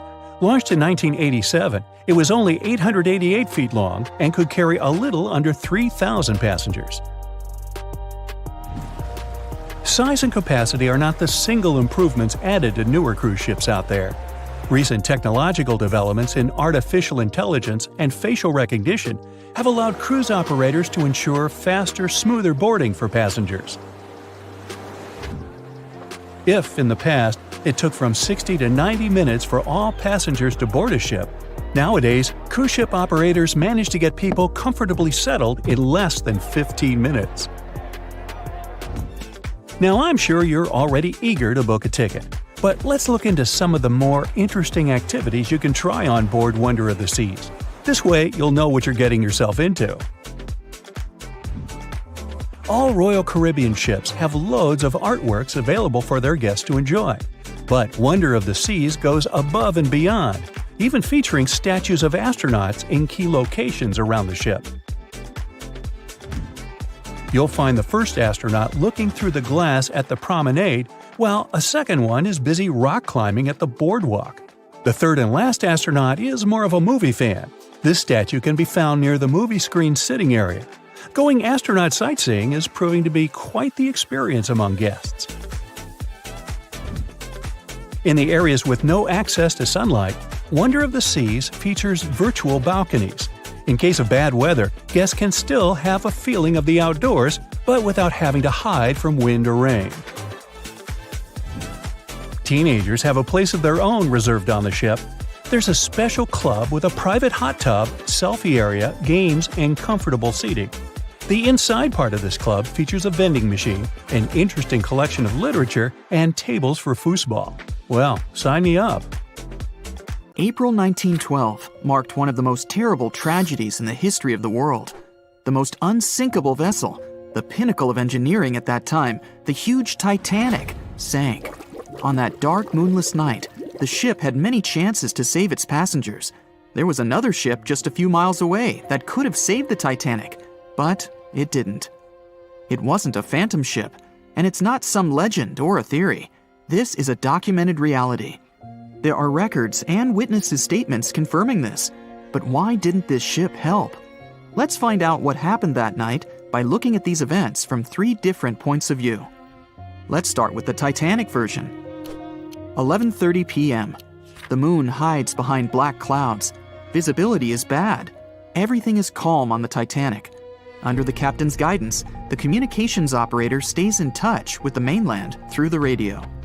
At this moment, some stranger breaks into the frequency, interrupting the operator's communication. It's unclear what this strange man wants and what he's talking about. The operator doesn't try to figure it out. He shouts at the guy, demanding him to disconnect. The connection is interrupted. At 11:40 p.m., the Titanic crashes into an iceberg. The ice breaks the hull. Water begins to flood the lower decks. Nobody is panicking yet. 20 minutes later, at midnight, the ship's crew sends a distress signal through the radio frequency. Few people understand how bad the situation really is. After 20 minutes, at 12:20 a.m., they start lowering lifeboats with passengers. At 12:25 a.m., they receive a response to the distress signal. This is RMS Carpathia. Their captain reports they're already sailing at maximum speed towards the Titanic. But the problem is that the crash site is 58 miles away. This means Carpathia will only be here in 4 hours. At 12:45 a.m., the sinking ship's crew release rockets into the air. These flares are one of the main reasons for the terrible fate of many passengers, but more on that later. 90 minutes later, the Titanic's deck breaks and the ship dives underwater. At 4:10 a.m., the Carpathia finally arrives at the shipwreck location. The crew members make heroic efforts to save all the people. They take 705 survivors on board. At this moment, another ship appears. It's SS Californian. The Carpathia sails towards the New York coast with all the people. The Californian floats in search of passengers and finds nothing but wreckage. The ship was only a few miles away while the Titanic sank into the icy water. The Californian could have saved these people, but did nothing. Its captain, Stanley Lord, made one of the most terrible acts that a sailor can allow. He didn't help a sinking ship. When the world found out about all this, they detested Captain Lord. They couldn't bring charges against him, and the trial didn't punish him. But his career was ruined entirely, as no other ship company would hire him. Despite this, he never confessed he had been guilty. Before he passed away, the captain said it hadn't been his fault. If this was true, then what happened there? This brings us to the Californian version. It's the night of April 14th. The Californian is sailing in the cold waters of the North Atlantic. The ship gets into a section with a lot of icebergs. At 10:10 p.m., Captain Lord stops the ship. It's too dangerous to move around this area, as they can damage the hull. At 11 p.m., the ship starts drifting. It's impossible to move in such conditions with such poor visibility. The captain knows that the Titanic is coming here, so he orders the radio operator to warn the ship about the danger. Radio operator Evans turns on the receiver and tries to contact the Titanic. He spends about 30 minutes on it. The connection is finally established. At this moment, the Titanic radio operator is speaking with the mainland. Evans interrupts this conversation and tries to warn the ship about icebergs. The operator doesn't understand Evans' words. He's annoyed because Evans broke into the channel so brazenly. He shouts at Evans and cuts the connection. Tired, Evans turns off the receiver and informs his superiors about the incident. It's still a mystery how the captain reacted to this news. He probably thought the Titanic knew about the danger. He lets Evans go to bed. If Evans hadn't turned off the radio and waited 1 hour, he would have heard a distress signal from the Titanic. But you shouldn't blame him. At this point, he has no official reason to stay at the transmitter. Evans is too exhausted and can't fight drowsiness. So, Evans goes to bed. The Titanic begins to sink. Its captain sends a distress signal. The operator on board the Carpathia catches it, but the Californian doesn't, since the receiver is turned off. Captain Lord can't sleep. He feels that something is wrong. Meanwhile, the Titanic is rapidly sinking under the water. The captain gives the order to launch rockets into the air. And here is where one of the critical mistakes takes place. They release warning lights, but they are not red. The crew forgot to take red rockets on board for some reason, so they lit up the sky with a bright white light. If you need to send a distress signal, you need to release red lights. Captain Lord sees these lights, but doesn't perceive them as a cry for help. It can't be that there are no standard red rockets on such a massive ship as the Titanic. But, unfortunately, it can. Captain Lord thinks the Titanic is sailing away. Perhaps there is some unknown reason behind those white lights, but he doesn't really know. So, Captain Lord has no idea that the Titanic is sinking. He still decides to contact the ship, but this time, not through radio communication. Captain Lord doesn't wake up the radio operator and sends a signal to the Titanic through a signal lamp. It's important to understand that many old-school captains didn't take radio communication seriously. They didn't understand the value of this technology. That's why Captain Lord doesn't wake up Evans. He sends light signals, but the Titanic doesn't respond. Many survivors later mentioned seeing the flashing lights of the Californian, but there was nothing they could have done. The ship's crew doesn't hear their cries for help. At 2:20 a.m., the Titanic completely goes underwater. A little more than 2 hours later, radio operator Evans wakes up and turns the transmitter on. He hears many rescuers talking about the sunken ship. Evans understands everything. He reports this to the captain. At that moment, the Californian immediately heads to the wreck site. They meet Carpathia there. With the survivors on board, it sails towards New York.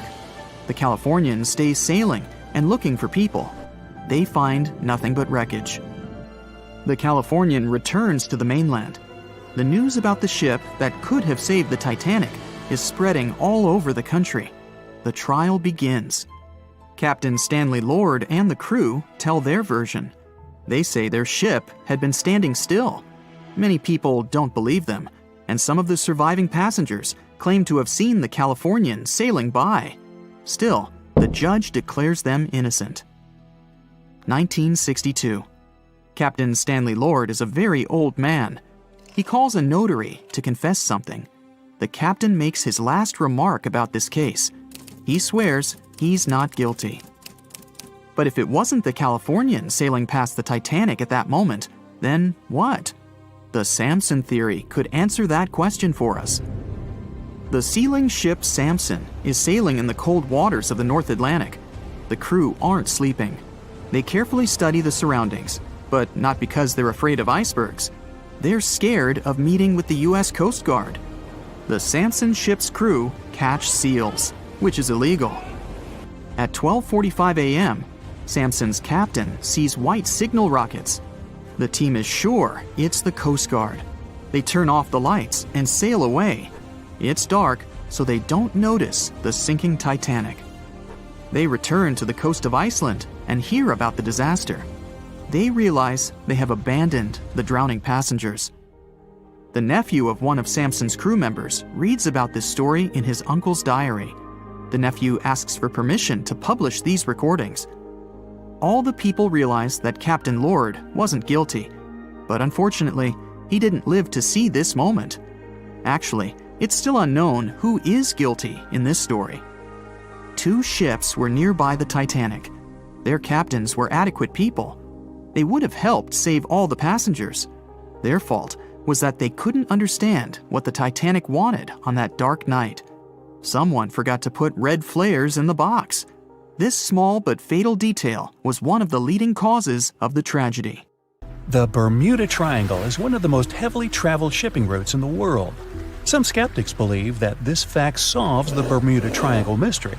Statistically, the busier the area, the higher the frequency of accidents and disappearances. While this makes sense, it's not the frequency of disappearances that's responsible for the mystery of the Bermuda Triangle. It's the lack of explanation or wreckage found. On his very first voyage to the New World in 1492, Christopher Columbus sailed through the Bermuda Triangle. Columbus reported that one night, when he was on the deck of the ship, he noticed a giant light appear in the distance, unlike anything he'd ever seen before. Columbus looked at his compass for direction, and it gave off erratic readings. You might have noticed that the Bermuda Triangle doesn't appear on any world map. This is because official institutions refuse to acknowledge that the area actually exists. No one exactly knows how many ships and planes have disappeared in the Bermuda Triangle. The rough estimate is 50 ships and 20 planes. Most of the time, the disappearances had no explanation and no wreckage has ever been left behind. When the TBF Avenger planes went missing, a massive search operation was conducted. Boats and planes searched the Bermuda Triangle for any signs of the aircraft. One of the boats searching was a PBM-5 Mariner airboat. The airboat took flight at 7:27 p.m. and called in a routine radio message 3 minutes later. Then, it was never heard from again. No trace was ever found of the rescue airboat or the 5 Avenger aircraft. A huge investigation was launched into the disappearance of all these vehicles, but nothing was ever discovered. The Bermuda Triangle is home to some pretty intense and unexpected weather. Storms build up quickly and unexpectedly, then disappear soon after. If you blink, you might miss it. This could explain why few distress signals are issued. Pilots and sailors never saw the weather coming. A popular theory suggests that rogue waves are responsible for the many disappearances. Rogue waves are called extreme storm waves by scientists. They occur when different weather patterns take place at the same time and cause large, unexpected waves that reach up to 100 feet tall. Witnesses say that the waves look like giant walls of water. These waves could explain why ships go down fast and without leaving any trace. Just off the coast of Japan, you'll find the Bermuda Triangle of the Pacific Ocean. They call it the Devil's Triangle. Between 1950 and 1954, 9 ships disappeared in this area without leaving a trace. The ship Kaio Maroon 5 was sent to investigate these unexplained disappearances when it also vanished. After this incident, the Japanese authorities labeled the area as a danger zone, and sailors were encouraged to avoid it. Some people blame all disasters on the extraterrestrial paranormal activity. Others suppose it's all about raging natural phenomena. Some scientists believe the cause of anomalies is the environmental changes. Also, there's a really high concentration of methane hydrates on the bottom of the ocean in the Pacific Bermuda area. This gas tends to set off, and when it happens, bubbles start forming on the surface of the water. These gas eruptions can interrupt the ability to float and can easily sink a ship. Because of this chemical reaction, there won't be even a trace left. Underwater volcanoes are said to be another possible explanation for the Japanese Dragon's Triangle. In fact, they can take down even small islands. Luckily, nobody lives there. It's a pretty common thing in this area that some of them disappear underwater and others appear out of the blue because of seismic activity. You'll never find the Dragon's Triangle on any official map of the world, so nobody's quite sure about how large it is in reality. In July 2015, 2 teenagers disappeared after setting sail off the coast of Florida. There's some mystery about what the 2 teens were really getting up to. They told their parents that they were just going to fish, but they told their friends that they were crossing to the Bahamas. Shortly after they left, a line of thunderstorms moved towards the area, and the boys were never heard from again. A massive search was conducted, but sadly, nothing was found. 1 year later, the pair's boat was found off the coast of Bermuda with a broken iPhone and some personal effects left inside. One of the most popular and bizarre theories trying to solve the Bermuda Triangle mystery comes from Charles Berlitz. He insists that the area is home to the lost city of Atlantis. The missing ships and planes and malfunctioning equipment, according to him, were all caused by rays of energy let out by the special energy crystals that power Atlantis. While this sounds silly, Berlitz's theory was convincing enough that over 20 million people bought his book worldwide.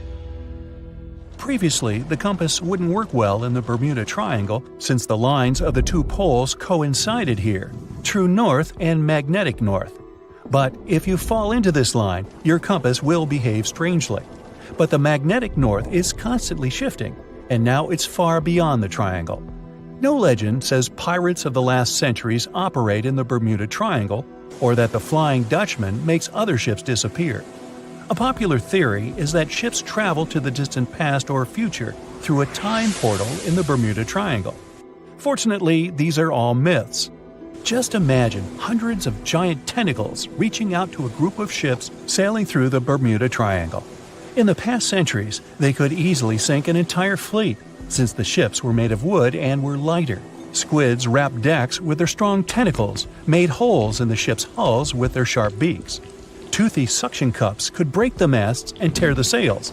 The water was filling the holds and slowly rising to the deck. The ship sank in a matter of minutes. Survivors reached the shore and told everyone about huge monsters. This is how the legends of the Kraken appeared.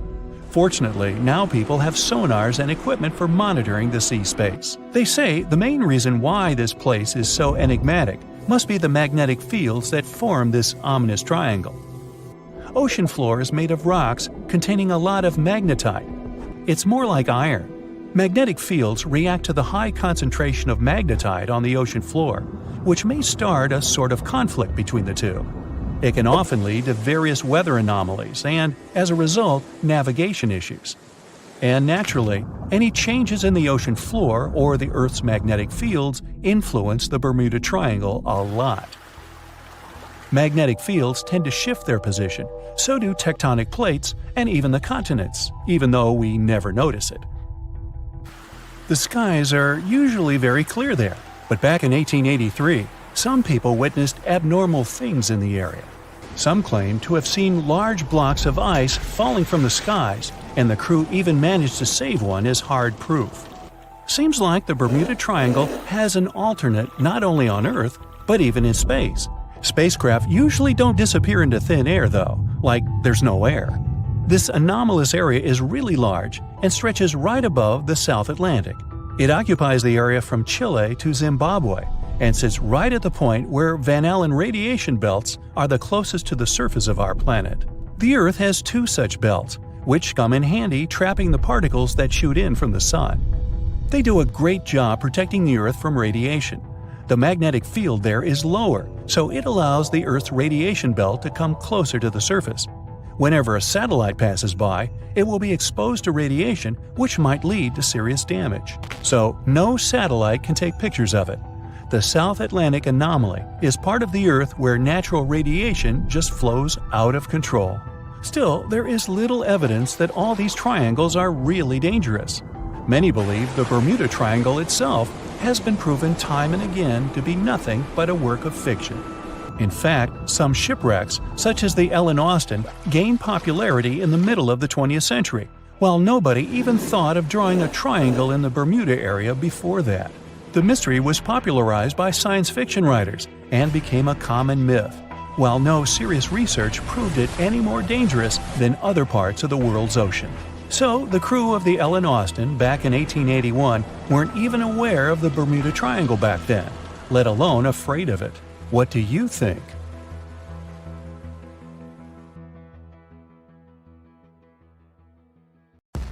It's 2018. You get up early in the morning to go ashore and catch some fish.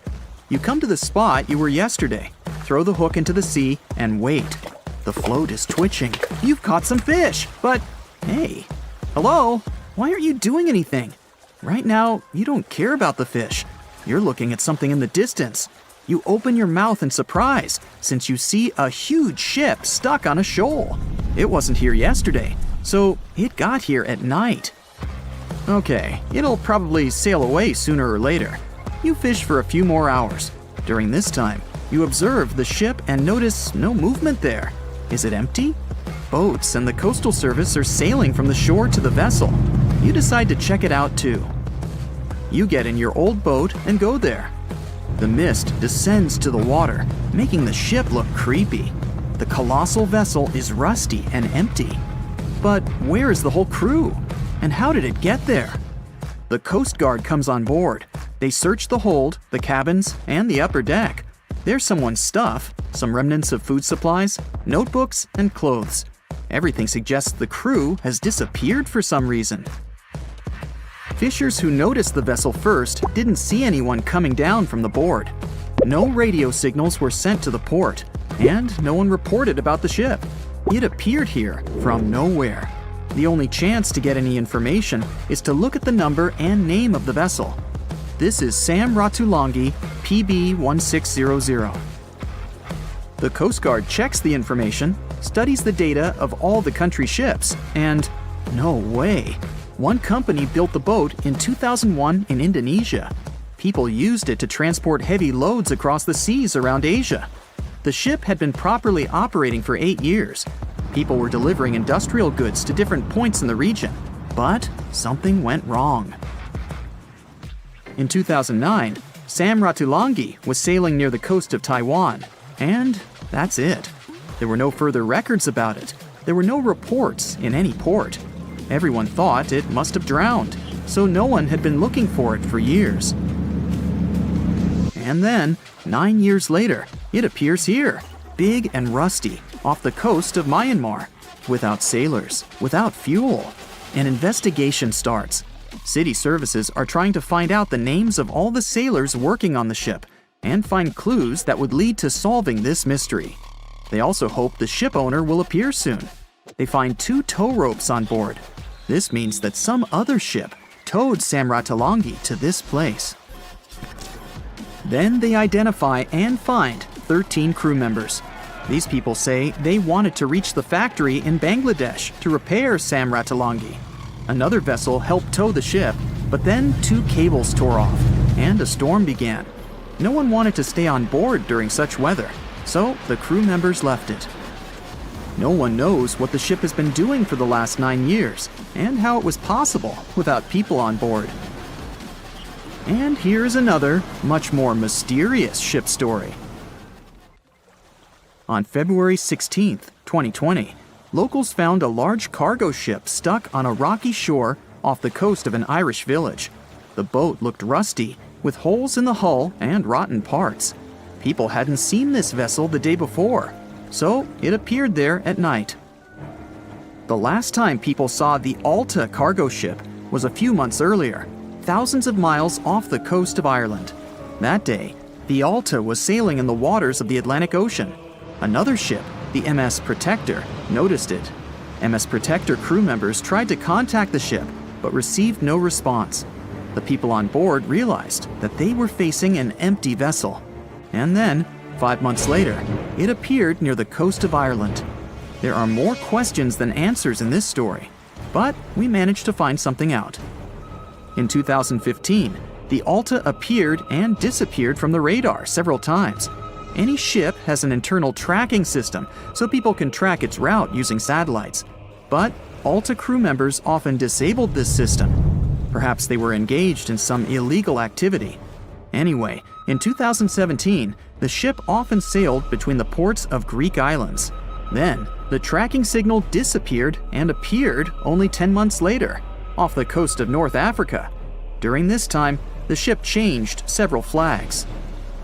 In September 2018, the Alta was southeast of Bermuda and headed for Haiti. Then, the crew started facing problems. First, the main engine failed right in the middle of the Atlantic Ocean. The ship began to drift. Several days passed, but the crew members weren't able to repair it. They began to run out of food and water supplies. The situation got even worse when they found out that a hurricane was approaching the place. Fortunately, they managed to contact the U.S. Coast Guard. A helicopter flew to the Alta on October 2nd to bring them some supplies. There was enough food for several days. Then, a rescue boat sailed to the ship. It evacuated all the sailors and delivered them to Puerto Rico before the hurricane. The Alta had to drift alone in the ocean. After a while, another ship approached the Alta to tow it to the shores of Guyana. But at this moment, everything went wrong. Someone stole the boat, disabled the tracking system, and sailed away in an unknown direction. After almost a year, the MS Protector found the empty Alta in the waters of the Atlantic Ocean. And then, 9 months later, the ship without a crew sailed to the shores of Ireland. how did it manage to travel across the Atlantic and get to the coast of Ireland? It's still a mystery. Maybe it was just luck. No one else saw the ship all this time. It was just covering huge distances, surviving storms. Who's the captain? What happened to the thieves? Who owns the ship now? One day, someone called the village administration and introduced themselves as the vessel owner. But that unknown person didn't provide any evidence. They found several barrels of oil on the ship, which they took away by helicopter. The Alta was rusting. Corrosion of metal could damage the environment. The vessel had no commercial value, yet it would have taken millions to get rid of it. There were 3 options for what to do: leave the ship where it was, tow it into the sea and let it sink, or disassemble it for scrap. But nature had its own plans. Storms and strong waves split the hull into 2 parts. The Alta was drifting without a crew in the waters of the Atlantic Ocean for about 2 years. But this is nothing compared to a ship that was traveling for 38 years. The record belongs to the SS Bechimo. It was a merchant vessel owned by some trading company. In 1931, the ship found itself on the ice off the coast of Alaska. Its movement slowed down. A thick layer of ice blocked the ship, and a strong storm only made the situation worse. The blizzard was so intense that the crew members couldn't see anything but a white veil in front of their eyes. Sailing any further was impossible. The team had to wait for the storm to end. They waited for a day, 2, 3 days. A week had passed, but the snowstorm was only getting stronger. Then, one day, it grew weaker. The crew members split into 2 teams. The first team went to the nearest city. The second group, along with the captain, stayed on board. They set up camp next to the ship and waited for the blizzard, which had started again, to end. There was 0 visibility. And finally, one day, the storm was over. Great! And now, wait a minute. But where is the ship?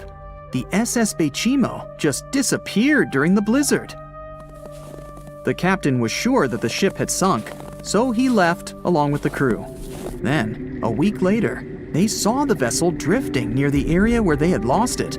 The hull was damaged so severely that it was unsafe to sail on it.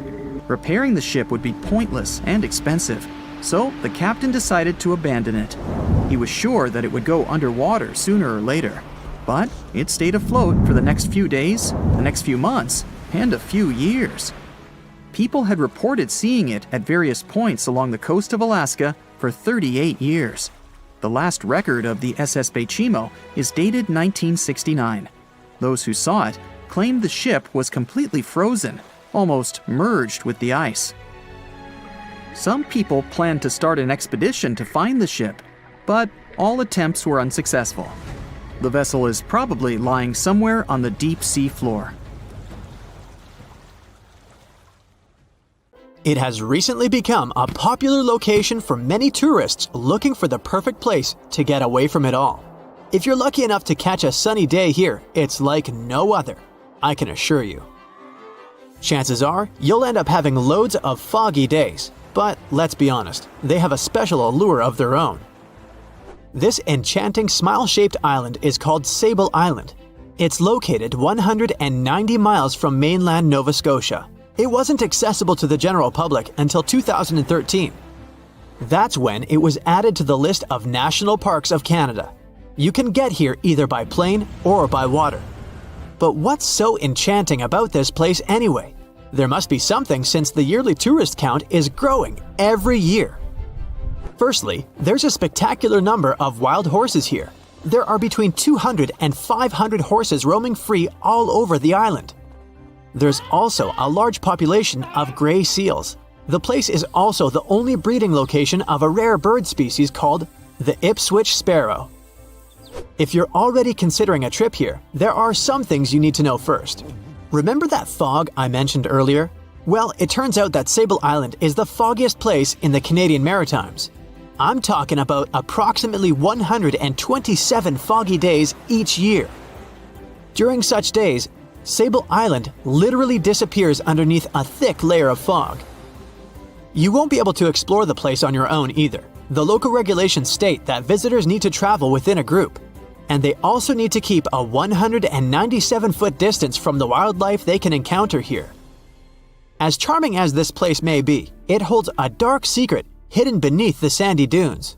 And it has nothing to do with beautiful creatures living here or the island's unique vegetation. Apart from being known from its horses and seals, Sable Island is infamous for an overwhelming number of shipwrecks. Over the years, about 350 ships have ended their lives here, on these sandbars. When survivors described their experiences, they usually mentioned harsh weather conditions near this mysterious island. The island also made its way into literature when it was described in a book called The Perfect Storm, which was written by Sebastian Junger and published in 1997. The book was so successful that it was later adapted for the big screen in 2000, with George Clooney playing the leading role. The first recorded shipwreck near Sable Island dates back to 1583. The boat was named the HMS Delight and was under the command of British adventurer and explorer Sir Humphrey Gilbert. Only 17 people managed to survive the catastrophe by escaping in a small boat. Records mention that they spent 7 days at sea before reaching the shores of Newfoundland. In 1884, another vessel named the Nicosia struggled in the thick fog as well. The ship was completely destroyed, but fortunately, all 18 crew members managed to survive. The captain's son was almost lost at sea when a lifeboat capsized when he was climbing into it. He somehow managed to stay underneath the lifeboat, which was completely submerged. When this lifeboat righted, he eventually emerged from the water and was rescued for the second time. The years between 1947 and 1999 were relatively quiet on the island. In 1999, though, a yacht called the Merrimack ran aground near the shore of the island at about 2 a.m. on July 27th. The 40-foot fiberglass boat had a crew of only 3 people. Natural gas exploration workers, who were luckily not far away, rescued them. The crew managed to fly safely to Halifax the next day. The owner of the Merrimack tried to recover his boat by hiring local fishermen. Unfortunately, this operation was unsuccessful, since only the fittings of the yacht were eventually saved. It took no more than 6 weeks for the sand and waves to crush and completely break up the hull of the Merrimack. So what is it about this place that's so dangerous for boats? Does it have anything to do with the weather? Or maybe there's other forces at play? The explanation turns out to be a bit more complex, and it wasn't easy to figure out, at least not way back in the 1500s. First of all, the island is located close to one of the world's richest fishing grounds. Since it's also near one of the major shipping routes between Europe and North America, hundreds of vessels sail past it each year. The likelihood of shipwreck increases when there are so many boats roaming around the area. Sable Island is also in the way of most of the storms that move up the Atlantic coast of North America. It's no surprise that boats often get hurtled straight onto the shores of this island. The weather has a lot to do with it too. During the summer season, the warm air from the Gulf Stream creates a dense fog as it merges with the cool air by the Labrador Current that passes by the island. Other currents don't help the matter. Sable Island is next to the meeting point of 3 major ocean currents: the Gulf Stream, the Labrador Current, and the Belle Isle Current. Since the 1950s, radars and other modern navigation tools have been used on commercial vessels as well. Up until then, the sextant was the main instrument used to figure out a ship's location. It doesn't mean that sextants weren't accurate, but this instrument couldn't work properly without a clear view of the sun or stars, which means it didn't help much in dense fog, such as the one surrounding Sable Island, or when it was cloudy. Often during bad weather, the captain of a ship navigated, relying on their experiences and intuition based on the ship's speed and direction. That's why most of the survivors in shipwrecks near Sable Island said that the captain had simply miscalculated the ship's position, crashing into Sable Island by accident. This dusty, sandy land is as unfriendly to ships as it is to trees.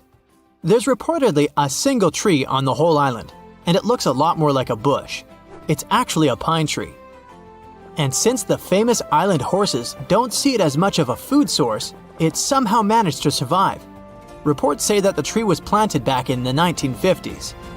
Local authorities were trying to grow a forest on the island to make it a bit more welcoming.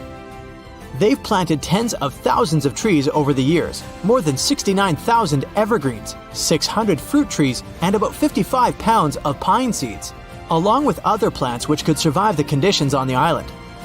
But they were no match for the extreme weather and sandy soil. Out of all those plants, just one pine tree is still alive. Thanks to its resistance, it has even become a symbol of Sable Island. Interestingly, for around 40 years, the island also had just one inhabitant. Can you imagine that? One person living on a remote island for so many decades? It's the story of a woman called Zoe Lucas. She chose to surround herself with the only residents on the island: the horses, the gray seals, and the many species of birds. An esteemed naturalist, she mentioned in an interview she gave back in 2017 that she was used to living on the island and that she never got lonely. To survive here, she had to put together an essentials kit. It included a notebook to take notes and a pair of binoculars to study the wildlife. You can safely assume she wasn't scared of the intimidating surroundings, since she decided to eventually call this place home. At first, Zoe wanted to set up camp on one end of the island, near some abandoned buildings. But eventually, she settled in a wooden house near a bunch of sand dunes. A Canadian institution called the Meteorological Service of Canada put together the simple construction back in the 1940s. Parks Canada operates the building these days. Zoe's work included gathering as much data on the local horse population as possible. It could help scientists better understand how they managed to adapt to the unfriendly environment. She also helped gather the debris that made it to the shore to help track pollution levels. Among all the rubbish that she collected, there was a refrigerator and a crate full of fresh peppers. Some other specialists eventually started working rotating shifts on Sable Island to offer the brave woman a little bit of company now and then. In 1945, 5 TBF Avenger aircraft took flight for a routine training exercise around the Bermuda Triangle. In the middle of the exercise, the planes were struck by intense rain and heavy winds, despite the clear weather forecast. The pilots became extremely disoriented and radioed the base to report that their navigational equipment had stopped working. The last thing the base heard was, "When the first plane drops below 10 gallons, we'll all go down together," and then static. The 5 planes and their 14 crew members were never seen or heard from again. On his very first voyage to the New World in 1492, Christopher Columbus sailed through the Bermuda Triangle. Columbus reported that one night when he was on the deck of the ship, he noticed a giant light appear in the distance, unlike anything he had ever seen before. Columbus looked at his compass for direction, and it gave off erratic readings. You might have noticed that the Bermuda Triangle doesn't appear on any world map. This is because official institutions refuse to acknowledge that the area actually exists. A popular theory suggests that rogue waves are responsible for the many disappearances. Rogue waves are called extreme storm waves by scientists. They occur when different weather patterns take place at the same time and cause large, unexpected waves. Witnesses say that the waves look like giant walls of water. These waves could explain why ships go down fast and without leaving any trace. The Bermuda Triangle is home to some pretty intense and unexpected weather. Storms build up quickly and unexpectedly, then disappear soon after. If you blink, you might miss it. This could explain why few distress signals are issued. Pilots and sailors never saw the weather coming. No one knows exactly how many ships and planes have disappeared in the Bermuda Triangle. The rough estimate is 50 ships and 20 planes. Most of the time, the disappearances had no explanation and no wreckage has ever been left behind. Another bizarre theory trying to solve the Bermuda Triangle mystery comes from Charlie Berlitz.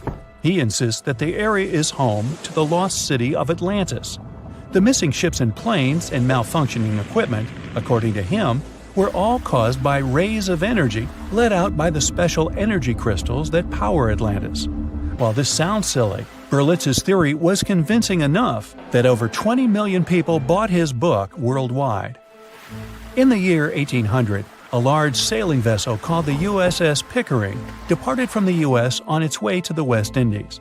The ship sailed into the Bermuda Triangle along with its 90-man crew and was never heard from again. The USS Pickering was the first ever confirmed ship to vanish in the Bermuda Triangle. It's believed that the ship was taken out by a storm, but because no wreckage was ever found, we'll never know for sure. When the TBF Avenger planes went missing, a massive search operation was conducted. Boats and planes searched the Bermuda Triangle for any signs of the aircraft. One of the boats searching was a PBM-5 Mariner airboat. The airboat took flight at 7:27 p.m. and called in a routine radio message 3 minutes later. Then, it was never heard from again. No trace was ever found of the rescue airboat or the 5 Avenger aircraft. An enormous investigation was launched into the disappearance of all these vehicles, but nothing was ever discovered. This particular area of the ocean is one of the most heavily traveled shipping routes in the world. Some skeptics believe that this fact solves the mystery. Statistically, the busier the area, the higher the frequency of accidents and disappearances. While this makes sense, it's not the frequency of disappearances that's responsible for the mystery of the Bermuda Triangle. It's the lack of explanation or wreckage found. On the ocean floor, decomposing organisms let off large concentrations of methane gas that gets trapped under the water. This gas can build up until, boom, it ruptures. The gas surges up to the surface and erupts. If a ship was in the area of one of these ruptures, the water would become much less dense and cause the ship to sink rapidly and without warning. Scientists believe this could be the cause of the many disappearances in the Bermuda Triangle. While this theory makes a lot of sense, it doesn't seem too likely. The U.S. Geological Survey has stated that no large releases of gas are believed to have occurred in this area for the past 15,000 years. The ocean floor is made of rocks containing a lot of magnetite. It's more like iron. Magnetic fields react to high concentrations of magnetite on the ocean floor, which may start a sort of conflict between the two. It can often lead to various weather anomalies and, as a result, navigation issues. And, naturally, any changes in the ocean floor or the Earth's magnetic fields influence the Bermuda Triangle a lot. Since the magnetic field is constantly moving, it might be also taking the Bermuda Triangle with it. Now that people know where the triangle is, it's easy to avoid it. It supposedly moves eastward together with the magnetic poles, but scientists still can't answer where exactly it will be in a couple of years. Some people blame all the disasters on the extraterrestrial paranormal activity. Others suppose it's all about raging natural phenomena. There's another triangle in Lake Michigan. Just like the one near Bermuda, the Michigan Triangle got its shady reputation for some disappearances. The first recorded one dates back to 1679. A large vessel, one of the largest of that time, set out on an expedition. Yet once it got in the sinister triangle, it never came back. Much later, an aircraft disappeared in this triangle. The skies are usually very clear there, but back in 1883, some people witnessed abnormal things in the area. Some claim to have seen large blocks of ice falling from the skies, and the crew even managed to save one as hard proof. Meanwhile, the Pacific Ocean Mystery Area is another sinister triangle. Off the south coast of Japan, not far away from Tokyo, there's a sea where plenty of ships met their doom, disappearing without a trace in these waters. They call it the Devil's Triangle. Some scientists believe the cause of anomalies is the environmental changes. Also, there's a really high concentration of methane hydrates on the bottom of the ocean in the Pacific Triangle area. You're deviating from your original course and sailing in the wrong direction. There's the Caribbean Sea near the triangle, peppered with small islands. The seafloor here isn't deep. The ship can get in shallow waters. And now the ship is stuck on a shoal, and you have no idea where you are. If this were the 21st century, the ship's captain would be able to reach the shore using GPS and other modern navigation. But the most interesting thing is that the compass would work correctly this time, since the magnetic North Pole hasn't already coincided with the true one for a long time in the territory of the Bermuda Triangle. The agonic line is somewhere far away from here. There are no problems with navigation now, but for some reason, this is where ships disappear. In fact, not just here. Throughout the Atlantic Ocean, there are places where many more ships were gone. The Bermuda Triangle is not even in the top 10 of such places. One of the main reasons why many ships are lost here is that one of the most popular shipping routes in the Atlantic passes through the Bermuda Triangle. And the more ships in one place, the more shipwrecks. Simple probability. Then, it just starts getting weird. Other theories say that there's a space-time rift in this region. Ships and planes fall into this rift and end up in the past or the future. But for some reason, there's not a single proof of this myth. There's no reason to think that the rift is hidden somewhere here. The base of an extraterrestrial civilization is located in the Bermuda Triangle. Visitors from other galaxies steal sea vessels along with the crew, so no one finds the wreckage of the ships. This is also a popular myth that has no scientific justification. The Kraken lives somewhere in the triangle. It's a huge squid that sinks ships and also is a legend that sailors tell each other. However, gigantic squids live in the depths of the ocean. They can grow to the size of half a train car, but no cases have ever been recorded where they sunk a large vessel. And in the area of the Bermuda Triangle, they have never ever been seen. People in the past didn't know about the existence of these creatures, so when they saw them for the first time, they described them as huge, terrible monsters. Giant squids are some of the most elusive creatures on Earth, and scientists had to use sonar equipment to find them. They don't like to leave the dark depths and are likely to be afraid of the sound of any ship. So, that should squash the squid as a suspect. They say nothing is ever lost, and it's true. Let's discover ships frozen in time. The first one is truly fascinating. Here, the Antikythera shipwreck. It's a Greek trading ship from the 1st century BCE. It's located on the east side of the Greek island of Antikythera and at the merging point of the Aegean and Mediterranean seas. Around 2,000 years later, in 1900, a group of Greek sponge divers discovered the wreck. They were going to Tunisia, yet they were forced to find shelter from a storm on a nearby island.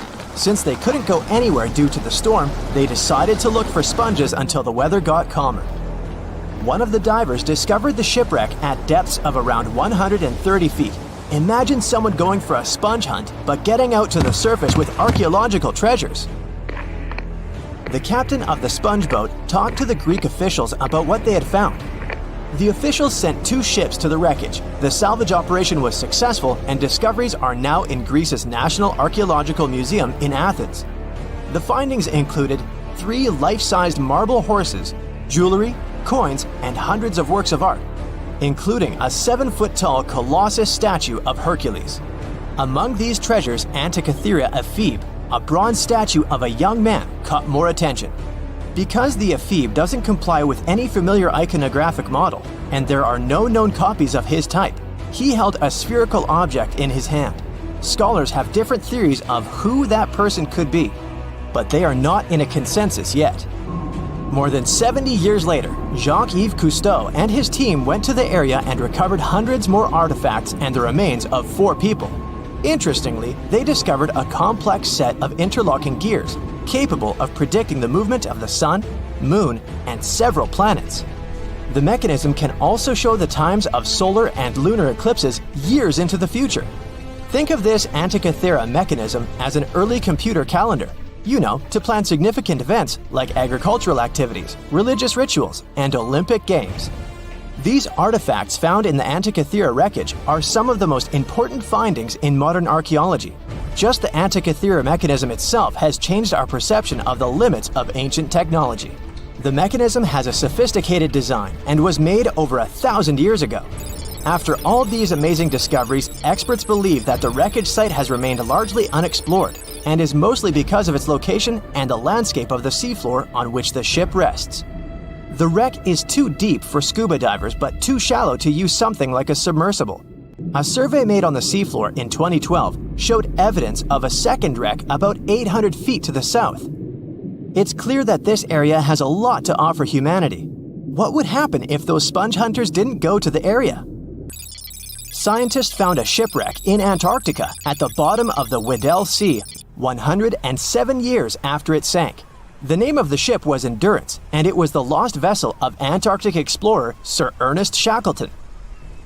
Scientists who laid eyes on it decades later say it is among the greatest undiscovered shipwrecks ever. That is why they filmed the whole discovery. The video shows the remains of the Endurance and proves it is still in remarkable condition. It has been sitting in 10,000 feet of water for over a century, yet it looks like it sank very recently. So the story goes like this. The ship was crushed by ice and sank in 1915.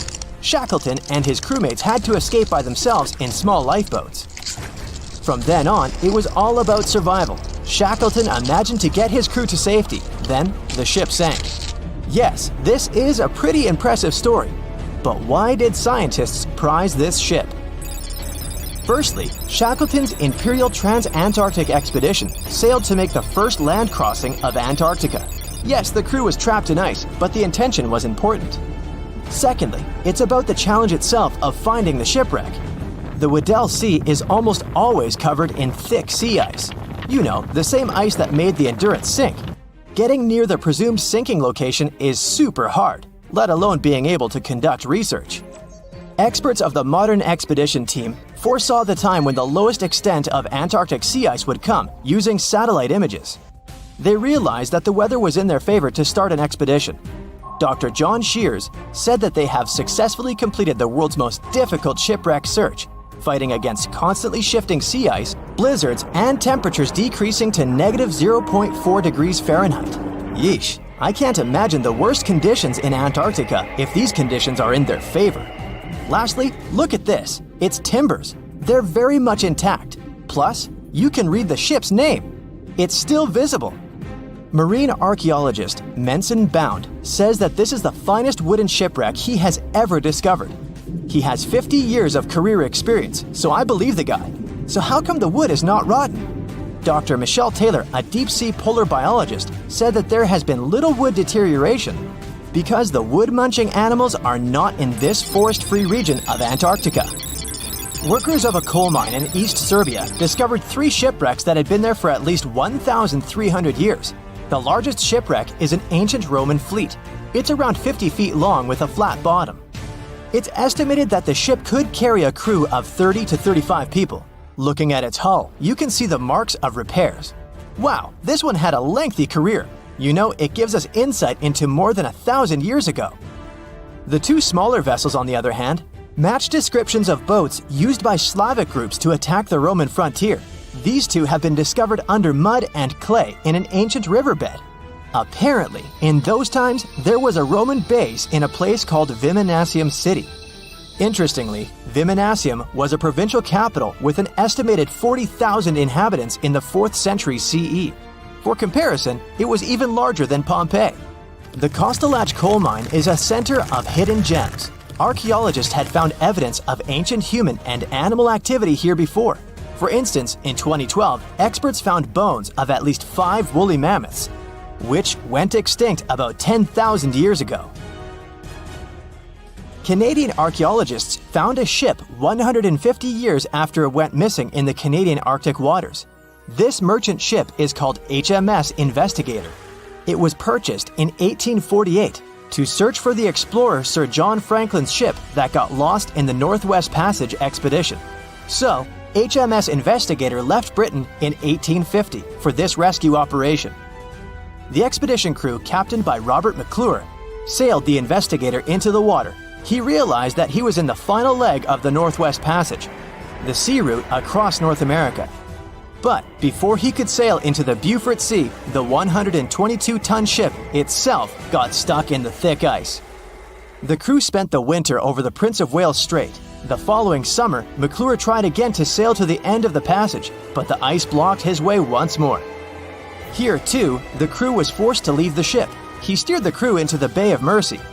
There, they were to remain until 1853 when the crew of the HMS Resolute rescued them. Imagine a crew of 60 people who had to spend 3 winters in the Arctic without even knowing if they would survive. Later on, the ship was found sitting upright in about 36 feet of water. It was in very good condition.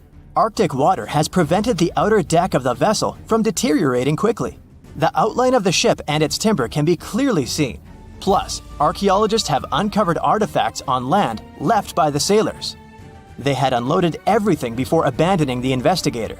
3 sailor graves and 1 British naval shipwreck had also been discovered in the area. I wonder what else they could find there. Wow, it's the only place where 1 minute you're learning 17 natural ways how to get rid of houseflies, and the next, you're taking an epic journey straight into a black hole. More than 10 billion, with a B, views in total. That's 47 billion minutes watched, or more than 70,000 years. That's all the way back to the Ice Age. No, I wasn't around then. 40,000 videos, hundreds of topics, and most importantly you, a whole 44 million of you. Our viewers. We could populate an entire country if we wanted to. We'd like to continue helping you learn and giving you useful skill improvement tips. Got a thirst for knowledge? We've prepared 4 masterclasses on creating a 2D character animation from scratch, 10 hours of video lessons, practical tasks using professional software, and additional materials that you can use with your own projects. Get the full course now and create your own animated masterpiece. The sea, this unrelenting water beast, has been defying all attempts to tame it for centuries.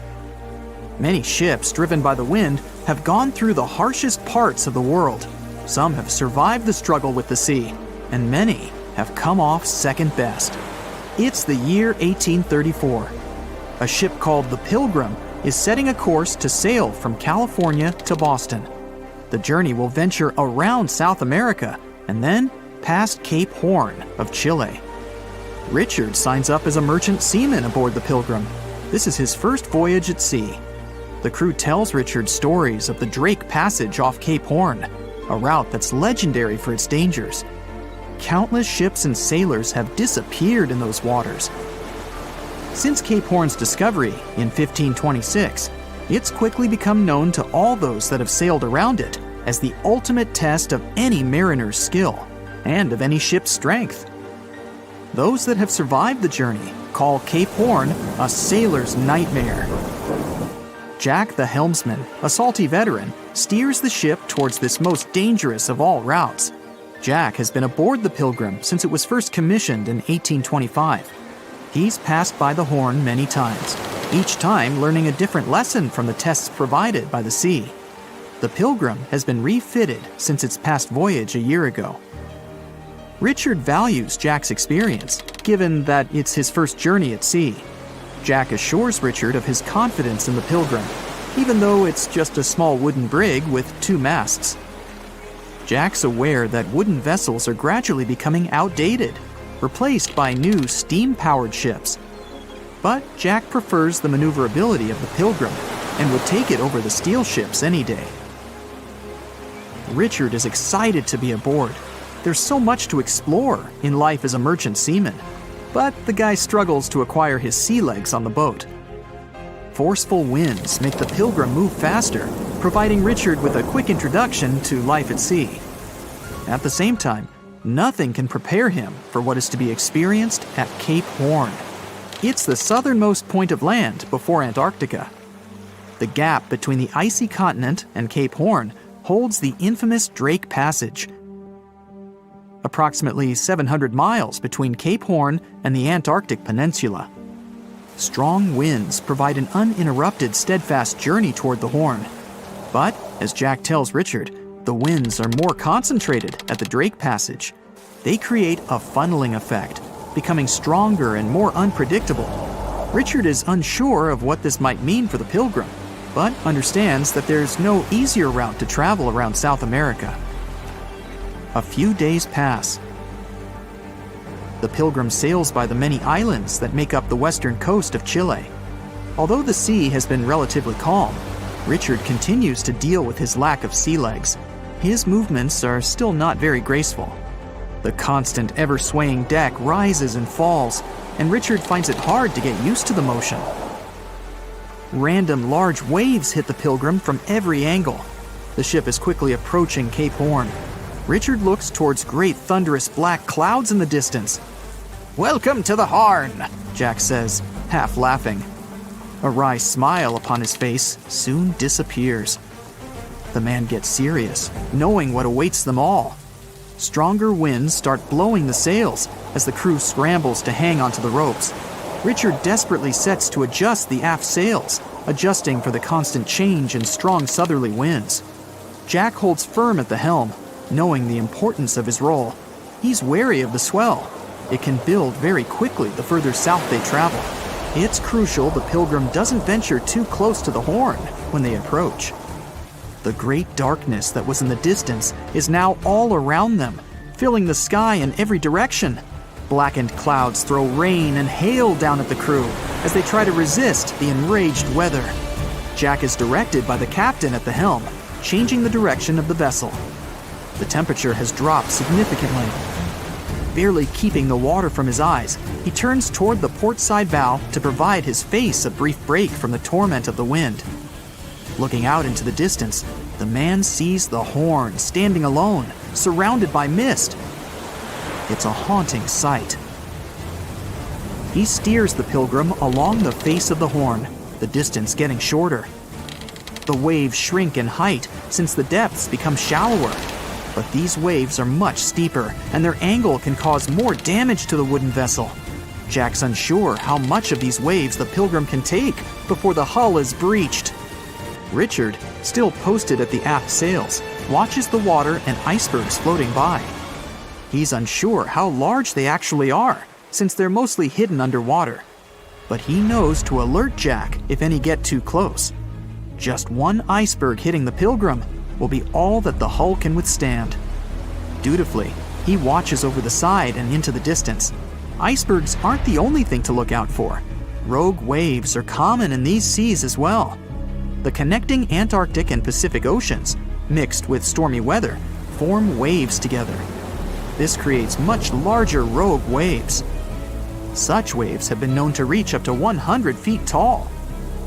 They can destroy most vessels in their path. It'll surely be the end of the Pilgrim if it comes across a rogue wave. Strong currents adjust the route of the Pilgrim, as though the Horn is trying to lure the ship toward its rocky shallows. Slowly, they are getting pulled closer toward the Horn. Jack is fighting the current at the helm. Spinning the wheel, he strains his body as much as he can. Grunting, he plunges the wheel from the port side to starboard and back again. The captain keeps yelling directions. To a novice, they're extremely confusing. But Jack, a hardened veteran, continues to interpret the directions with ease, steering to readjust their course away from the Horn. The captain orders Richard to assess the hull below the decks. With the level of pounding the Drake Passage has provided so far, it's surely harmed the ship in some way. Richard runs to the deck as another sailor yells something at him, but the noise of the sea makes it difficult to hear. A wave hits the side, flowing onto the deck. Richard manages to hang onto the mast before he's almost swept overboard. The entire front deck seems to be underwater. Hanging on as the water rolls off the sides of the ship and waiting for it to clear, Richard watches the Horn slowly go past. Still, it beckons toward the Pilgrim, as though asking for its dues from the crew. The currents are still pulling the ship, while the storm is raging on, with no end of the struggle in sight. The storm is growing ever larger and fiercer. Richard gathers himself to head below and assess the damage. After a slow descent to the lower decks, Richard can finally look over the hull from the ship's quarters. There's no damage from what he can gather. But he's shocked by the depth of the water inside. It's now at waist depth. Cups, amongst other things, float in the water. Even inside the ship, the guy can't escape the waves. Unable to make sense of it all, he stands frozen, listening to the almighty power of Mother Nature outside. The sea roars even more wildly, waves constantly thudding against the hull. It sounds like a somber drumbeat, a slow countdown to the demise of the Pilgrim. Richard forces himself back to the terrors of the above decks, grasping onto the rails to carefully walk the slippery stairs. He leaves the disturbing creaks of the wooden decks. They're soon replaced with the strained sounds of the ropes, the yells of other sailors, and the deafening roar of the sea crashing all around him. Jack is at the helm, focused on his role, still fighting the wind and the waves, even with the addition of ice and frost. It seems that the world around him has set its heart to distract the man from his duty, but Jack pushes on determinedly. For 9 days, the Pilgrim fights the constant changes in stormy weather, facing all kinds of obstacles, but the ship manages to make it through. As they leave the storm behind, the crew sets their course north for their final destination. The sight of the sun peeking through the dark clouds is the most relieving thing Richard has ever experienced. Unfortunately, Richard lost his rations at some stage during the storm. At sea, if your rations are lost, it's your own bad luck. Luckily, Jack is kind enough to share some of his. The Megalodon was the biggest shark to ever live. Not only that, it's one of the biggest fish and the largest predator in Earth's history. They've been known to reach lengths of up to a whopping 70 feet. That's over 3 times longer than the biggest great white shark on record. The females have also been found to be around twice the size of the males. The Megalodon could swallow a small car without it even touching its teeth, if cars had been around then. Its teeth could grow to over 7 inches long. It looks like we're going to need a bigger boat, and best make it steel-plated, as this shark can easily gnaw its way through ships. The underwater terror could bite a ship clean in half, with the highest bite force ever calculated for any animal, living or extinct. The force of its ferocious bite was up to 40,000 pounds. That's around 108,000 times the strength of a human's and 10 times the force of a modern crocodile's bite. Its chomp is so strong that it makes the T-Rex's bite look about as powerful as my granny's after she's taken her dentures out. In fact, the Meg was so big and powerful that it had no natural predators. It was the uncrowned king of the seas, swimming freely from ocean to ocean. This cosmopolitan creature was found all over the world, from America to Europe and Australia to Japan, assuming there were countries back then. Meg fossils have been found on every continent except Antarctica. Everybody skips Antarctica. Science tells us that the Megalodon went extinct over 3.6 million years ago. But could they still be alive at the deepest depths of the ocean? Only around 80% of the ocean has been explored, and its deepest point, the Mariana Trench, is over 7 miles down. So who knows what's lurking at the bottom? If you did manage to make it down, it is unlikely that you'll run into a Meg, though. The sharks, like us, preferred warmer coastal waters. Deep ocean living would be too cold for the beasts, and food would be scarce. Their entire bodies would also have to evolve to avoid being squished by the enormous water pressure down there. It's unlikely they're still around, but not impossible. Some good news, if you do run into one, is that the shark is pretty unlikely to eat you. You are way too small a meal for the Megalodon, even if you have a couple of friends with you. This guy eats whales that are over 50 feet long. If you're having a beach party, though, it's a different story. In a beach full of swimmers, the shark very well might creep up, scooping several humans into its giant mouth without even chewing. But wait, let's rewind. How does the shark take down a 50-foot whale? It first bites off its fins, making the whale unable to swim away. It then casually munches it down piece by piece. Because of their size, sharks had to consume over a ton of food every single day just to sustain themselves, like me. All that food made the Megalodon extremely heavy. They range from anywhere between 50 to over 100 tons. For context, that's around the same as 7 to 16 adult male African elephants. To fit all this food in, their jaws had to open pretty wide. A Megalodon's jaw could span 9 by 11 feet wide. That's easily big enough to swallow 2 adult humans side by side. The fearsome name Megalodon comes from 2 Greek words, mega meaning big and odont meaning tooth. So combined, they mean what? Big tooth. And it certainly lives up to its name. Just one of its chompers is the same size as a human head. It had 276 humongous teeth in total across 5 terrifying rows. In all of history, only a couple of saber-toothed cats and the T-Rex had consistently bigger teeth. Now that's a showdown I'd like to watch. The Megalodon vanished millions of years ago, leaving only huge teeth to be found by modern archaeologists. They literally disappeared with very few traces left. Scientists believe that, over time, sea levels dropped and the ocean temperatures went down rapidly. Over a third of all marine life was wiped out as the oceans cooled, and a number of animals at the bottom of the food chain plummeted. This had a catastrophic effect on the hungry predators at the top. Sorry guys. It became way too cold for these sun-loving sharks too, which made it difficult for them to reproduce since they gave birth in warm waters. The megalodon is usually described as a sort of giant great white shark, but this is just a common myth. In fact, the ancestors of today's great white existed at the same time as the Meg, but they weren't best buddies and were even in competition with each other. The great white shark was a better hunter, using its smaller size and agility to snap up the Meg's prey quickly. They were also known to eat Meg pups, who were only half their size. This didn't help the whole extinction thing. Even infant megalodons were huge, coming in at just under 7 feet. While a great white was no match for an adult Meg in a head-to-head fight, they sure weren't scared of stealing their food. This only left the bigger fish and whales for the Meg, but its food supplies began to run out as the whales swam to the cooler new seas. The whales adapted to prefer the colder temperatures, leaving our friend the Meg behind. The megalodons either starved or were frozen into extinction by the Ice Age. Rather than a great white, the megalodon is more like a modern bull shark. It had a short snout, flat lower jaw, and huge pectoral fins to support its massive weight and size. As scary as they are, these sharks were actually caring family guys. Several megalodon nursery areas have been discovered in Florida, Maryland, and Panama. They gave birth to their young in shallow water environments. We know this from discovering loads of tiny megalodon teeth found in these areas. Gee, I wonder if they had nannies too. But how come there are so many megalodon teeth out there for us to analyze?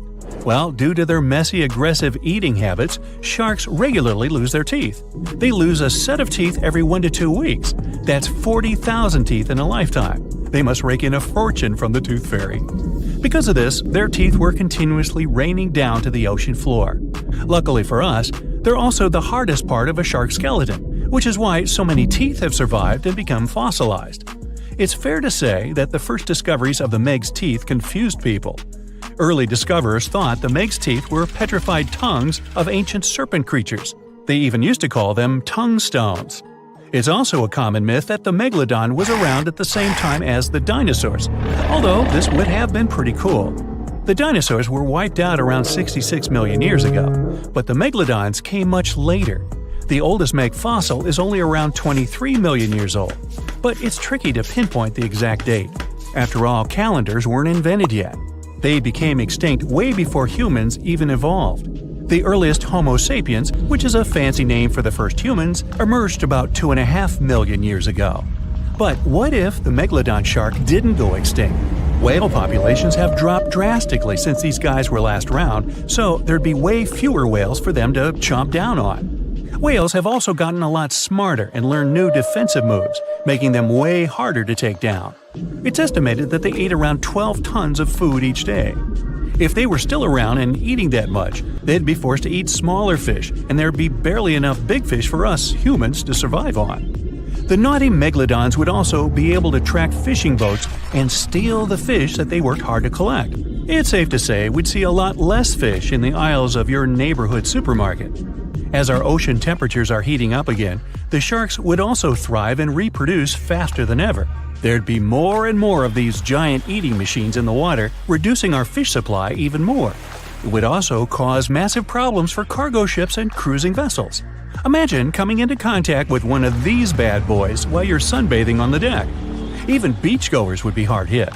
Megalodons give birth in shallow waters, so many of our favorite beaches would quickly become dangerous shark nursing grounds. Hey, where did that beach volleyball game go? They were playing just a moment ago. Giant container ships are responsible for much of the global trade. Thanks to them, you receive your orders from overseas, sooner or later. But they do have a problem just like any mechanical vessel. They tend to break down. That's where these little bad boys come in. Tugboats are meant to help any stranded vessel that either lost power or sustained any technical or physical damage. Besides being salvage vessels, tugboats also help guide ships when they dock. Since these ships are massive, underline, they require little tugboats to survey the surroundings and help them navigate to dock properly. They also serve as firefighting boats in case a fire breaks loose in the ship. Many of these cargo ships already have a system to stop fires, but tugboats provide extra help in case the fire gets out of control. Many cargo ships pass through below zero regions like the Arctic, and face plenty of obstacles, or icicles. Tugboats to the rescue again! They can make the first move by breaking the ice, so that the vehicle can pass through without damaging itself or delaying its course. They also help large ships move through narrow areas. On March 23, 2021, the Ever Given, one of the largest container ships in the world, got stuck in the Suez Canal for 6 days.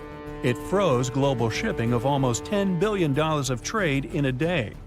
The Suez Canal is one of the most important routes for trading, but happens to be quite narrow for its purpose. To put that into perspective, it's like the Empire State Building getting lodged in the middle of a busy freeway. So, if you were wondering why your delivery was late during that month, it's probably because of that incident. The bottom of the ship nearly touched the floor of the canal. In the early morning of March 23rd, the weather was acting up. It was getting worse and worse, with the wind picking up to around 45 miles per hour. Those were some terrible weather conditions for navigation. That should have been the first red flag, but the Canal Authority didn't have a system for monitoring weather conditions or warning ships about them. The captain, Krishnan Kantavel, ignored the signs and decided just to go with it, not knowing the perils and the consequences ahead. The Egyptian pilots that were assisting with the navigation failed to provide proper instructions. As a result, the ship became jammed diagonally, essentially blocking the whole canal. The canal authorities didn't provide tugboats for some reason, which is why it was stuck for 6 days. Things were so bad, they had to bring excavation diggers to remove some land for the ship to properly turn back to normal. So, these little tuggers are really important for world trading to work. The vessels are getting bigger and bigger, with the world depending on import and export more than ever. They're built for going long distances rather than maneuvering in tight spaces and corners. The tugboats are surrounded by a material that won't scratch or damage the vessel, kind of like bumper cars at the carnival. They can either push or pull. But one thing's for sure, more than one is needed to help a ship get back on its aquatic feet. Ships don't have a lot of water passing over the rudder for them to turn quickly, and they risk damaging the engine if they push it too hard. They can either tow it directly or indirectly. The tug is pulling the vessel either in front of it or from side to side. They can also push it from one side to another. These tiny boats are like ants compared to giant ships. Their success secret is that they're floating on the water, which means there's no solid foundation for them to struggle. As a result, pushing and pulling is easy. Many newer tugboats have 2 large diesel-powered engines. There are also some electric models which are good for the environment and still do their job well. Shipping boats in general are better for the environment than trucks and planes, but are slower. Shipping vessels mainly carry food, clothing, electronics, furniture, and my stuff. The biggest ship can carry the Eiffel Tower on its back like it's no big deal, although getting it over to the ship would be. They're 1,000 times more powerful than a regular car. If all the containers in the world were arranged in a pile, it would cover half the planet. If you ever walked on a beach in the 90s and saw what appeared to be a rubber ducky, you weren't dreaming. In 1992, a shipping crate holding 28,000 rubber ducks was lost at sea while journeying from Hong Kong to the U.S. They say it fell off the ship and has been around the world's oceans for more than 20 years. What seemed like a horrible accident that would leave dire consequences for the world's marine ecosystem proved to also be helpful for us to learn and understand the world of plastic pollution and how the ocean currents work.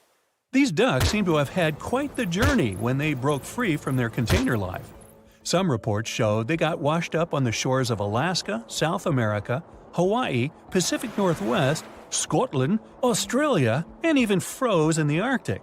Rather than making their way to thousands of bathrooms in the U.S., they went rogue and backpacked around the world to see what else lies beyond tiled walls and bubble baths. Many were collected and removed from the seas and oceans, while some are still out there. There are around 2,000 of these duckies circulating in the currents of the North Pacific Gyre. In case you were wondering, that's a place where the currents meet and whirl with one another between Japan, Alaska, Kodiak, and the Aleutian Islands. They've even created a website to track these ducks down with a contact form that lets people inform of one or many ducks they find across the world. But who knows? Maybe we'll never recover every single duck that was lost at sea at the time. This is just one incident out of many. Studies show that at least 2,000 to 10,000 shipping containers are lost at sea every year. Many containers that do slip off and fall into the sea don't always sink to the bottom. They're floaters. On the downside, they don't float high enough to become colorful islands that are easy to notice. They float like icebergs, with just the top of the container showing, which means that any passing ship or boat won't see it from above. If they pass through it, then significant damage can happen to the ship. They can't stay floating forever, so they end up sinking after many days of being suspended in the open water. Some people have even seen shipping containers washed up on shore after being stranded at sea. These bad boys have been made to last for a very long time. If you take proper care of them, the life expectancy of each container can stretch for more than 20 years. It's pretty amazing that they travel all over the world and are filled and refilled with new items many times. They go through all sorts of weather conditions and have to survive in different climates.